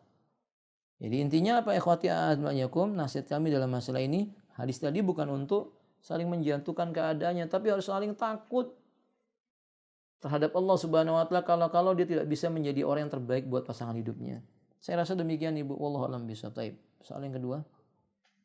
Ya Ustaz, barakallahu fiik. Untuk yang kedua, suami tidak suka kajian sunnah, tidak suka jauh-jauh pergi keluar.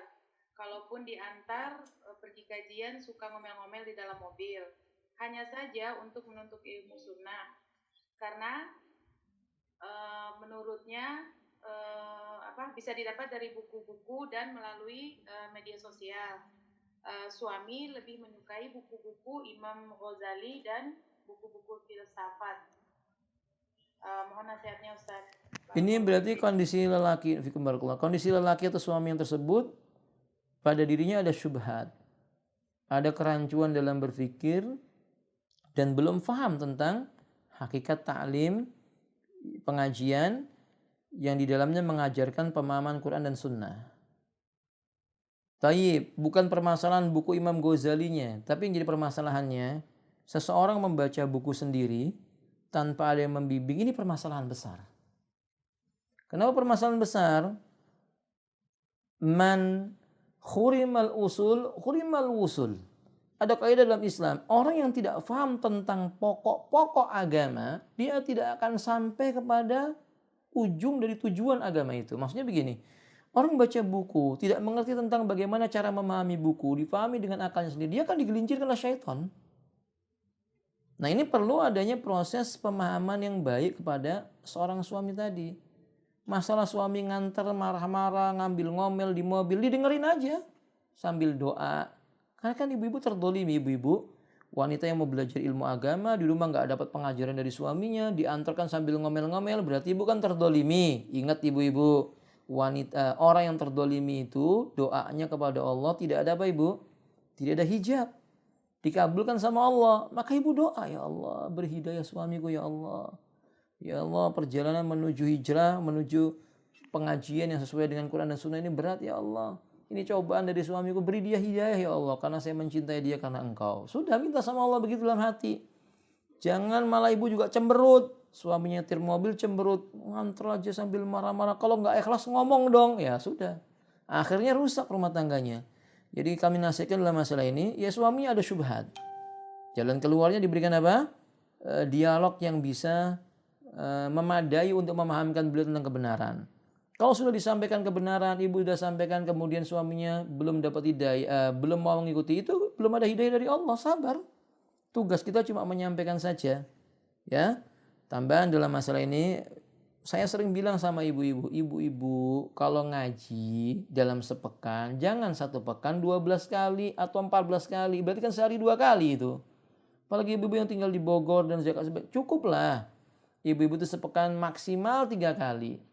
Kajian sunnah dekat rumah 1 hari, Kamis misalnya. Nanti yang agak jauh daurah-daurah sepekan sekali. Cukup sudah. Sisanya bagaimana? Sisanya ibu bisa buka lewat YouTube mungkin. Kesempatan waktunya digunakan untuk melayani suaminya sambil sabar. Tapi kalau ibu-ibu kajiannya tiap hari kajian, ya suaminya juga mungkin akan berkata, kapan waktu buat keluarga dan sebagainya dan sebagainya. Tambahan dalam masalahnya ummahat, manusia yang punya tabiat atau kebiasaan di masa lalu yang belum mengenal sunnah, dikenalkan dengan sunnah itu berat sekali dia menerimanya. Jangan ditambah beratnya dakwah ini dengan buruknya akhlak kita. Ibu-ibu kalau sudah ngaji agama dengan baik, belajar manhaj salaf ini, akhlaknya harus lebih baik. Apa contohnya? Ya rajin dandan di rumah. Nggak usah lagi minta apa? Make up sama suami yang mahal-mahal. Sudahlah, bikin sendiri yang alami gitu ya Bu ya. Kalau untuk alis mata dari apalah begitu, ibu-ibu mungkin tahu arang atau apa gitu, Masya Allah. Maksud saya jangan terlalu merepotkan para suami. Yang penting berpenampilan yang baik. Ya, makin rajin berpakaian yang bagus di depan suami. Jangan kalau mau ke pengajian baju yang mahal dipakai. Jangan begitu, pakai yang bagus di rumah. Ya, masak buat suami. Karena ada kalanya umat suami itu ada jenis orang yang memang dia tidak suka makan di luar, sukanya masakan apa? Istrinya. Ada yang seperti itu. Jadi harus mulai rajin masakan suami, berubah. Terus mengingatkan suami, Bi, sudah sedekah buat Umi belum? Diingatkan uminya dia, maksudnya bukan ibu. Maksudnya orang tua dari suaminya, kalau belum sedekah lagi buat ibu. Jadi lebih mementingkan apa yang ada pada suaminya itu. Mudah-mudahan dengan itu dia dapat hidayah. Wallahu a'lam bishawab. Barakallahu fikum. Jazakallah khair. Wa iyyakum jazakallahu khairan.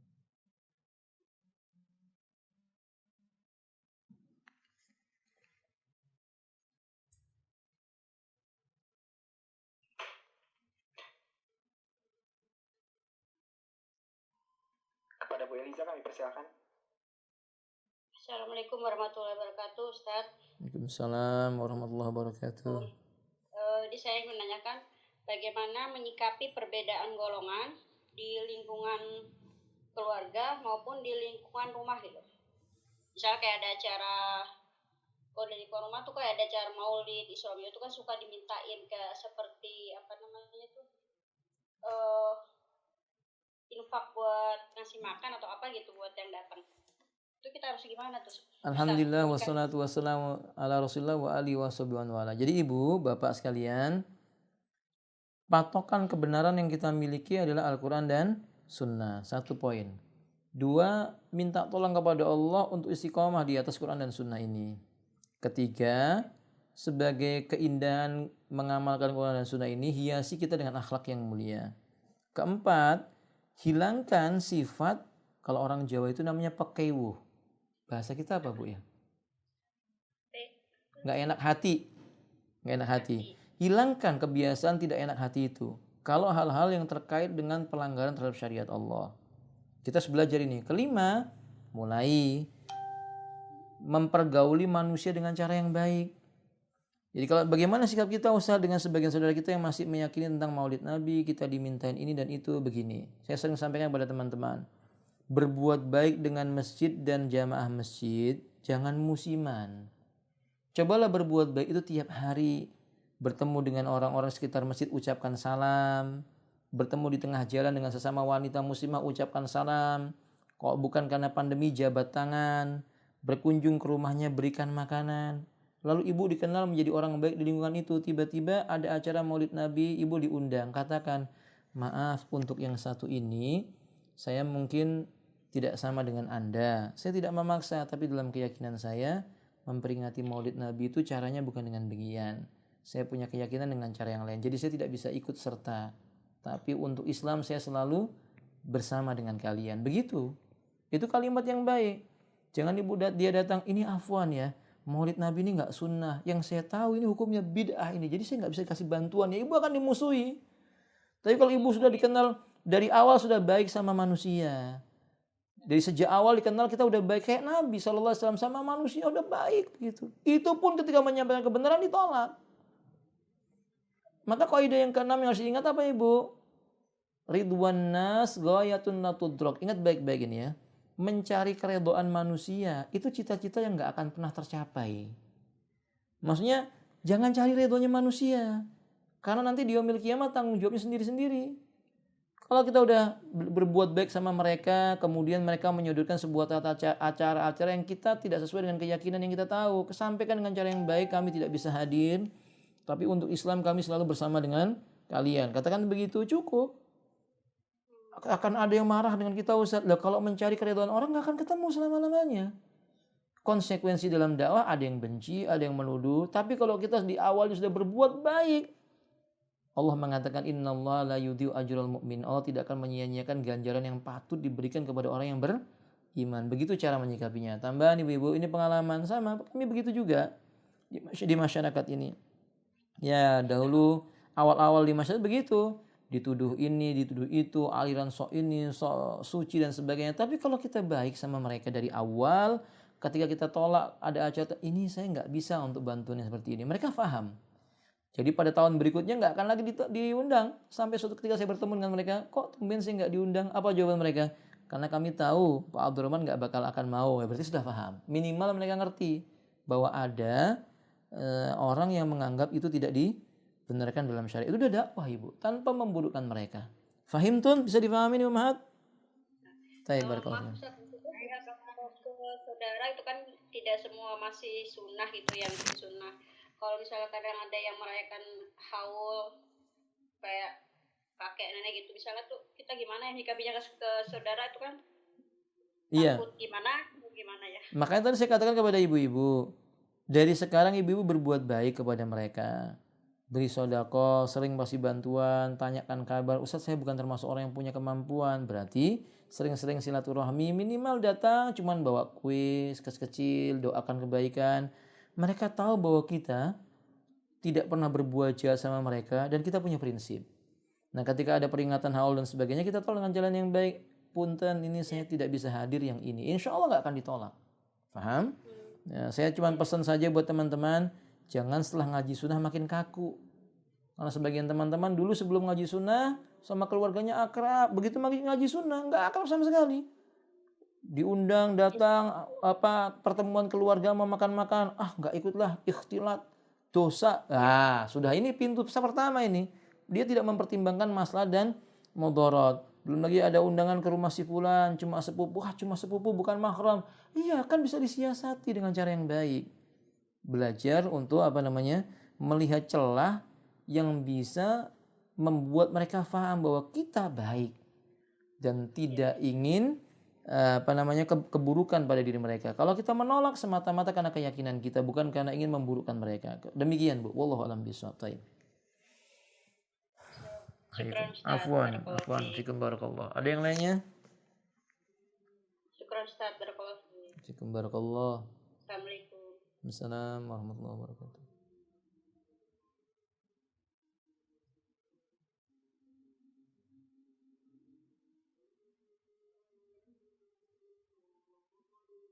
Baik, sudah tidak ada Pak Admin? Ya, sepertinya nggak ada lagi Ustaz. Iya, sini juga sudah persiapan untuk sholat duhur. Maaf tadi terlambat karena ada beberapa poin yang harus diselesaikan dengan asatid melalui handphone. Ini afwan. Sampai di sini ya teman-teman, semoga bermanfaat. Kita bertemu lagi di waktu yang lainnya. Akhiru da'wana alhamdulillahirabbil alamin wa subhanakallahumma wa bihamdika asyhadu an la ilaha illa anta astaghfiruka wa atubu ilaika. Assalamualaikum warahmatullahi wabarakatuh.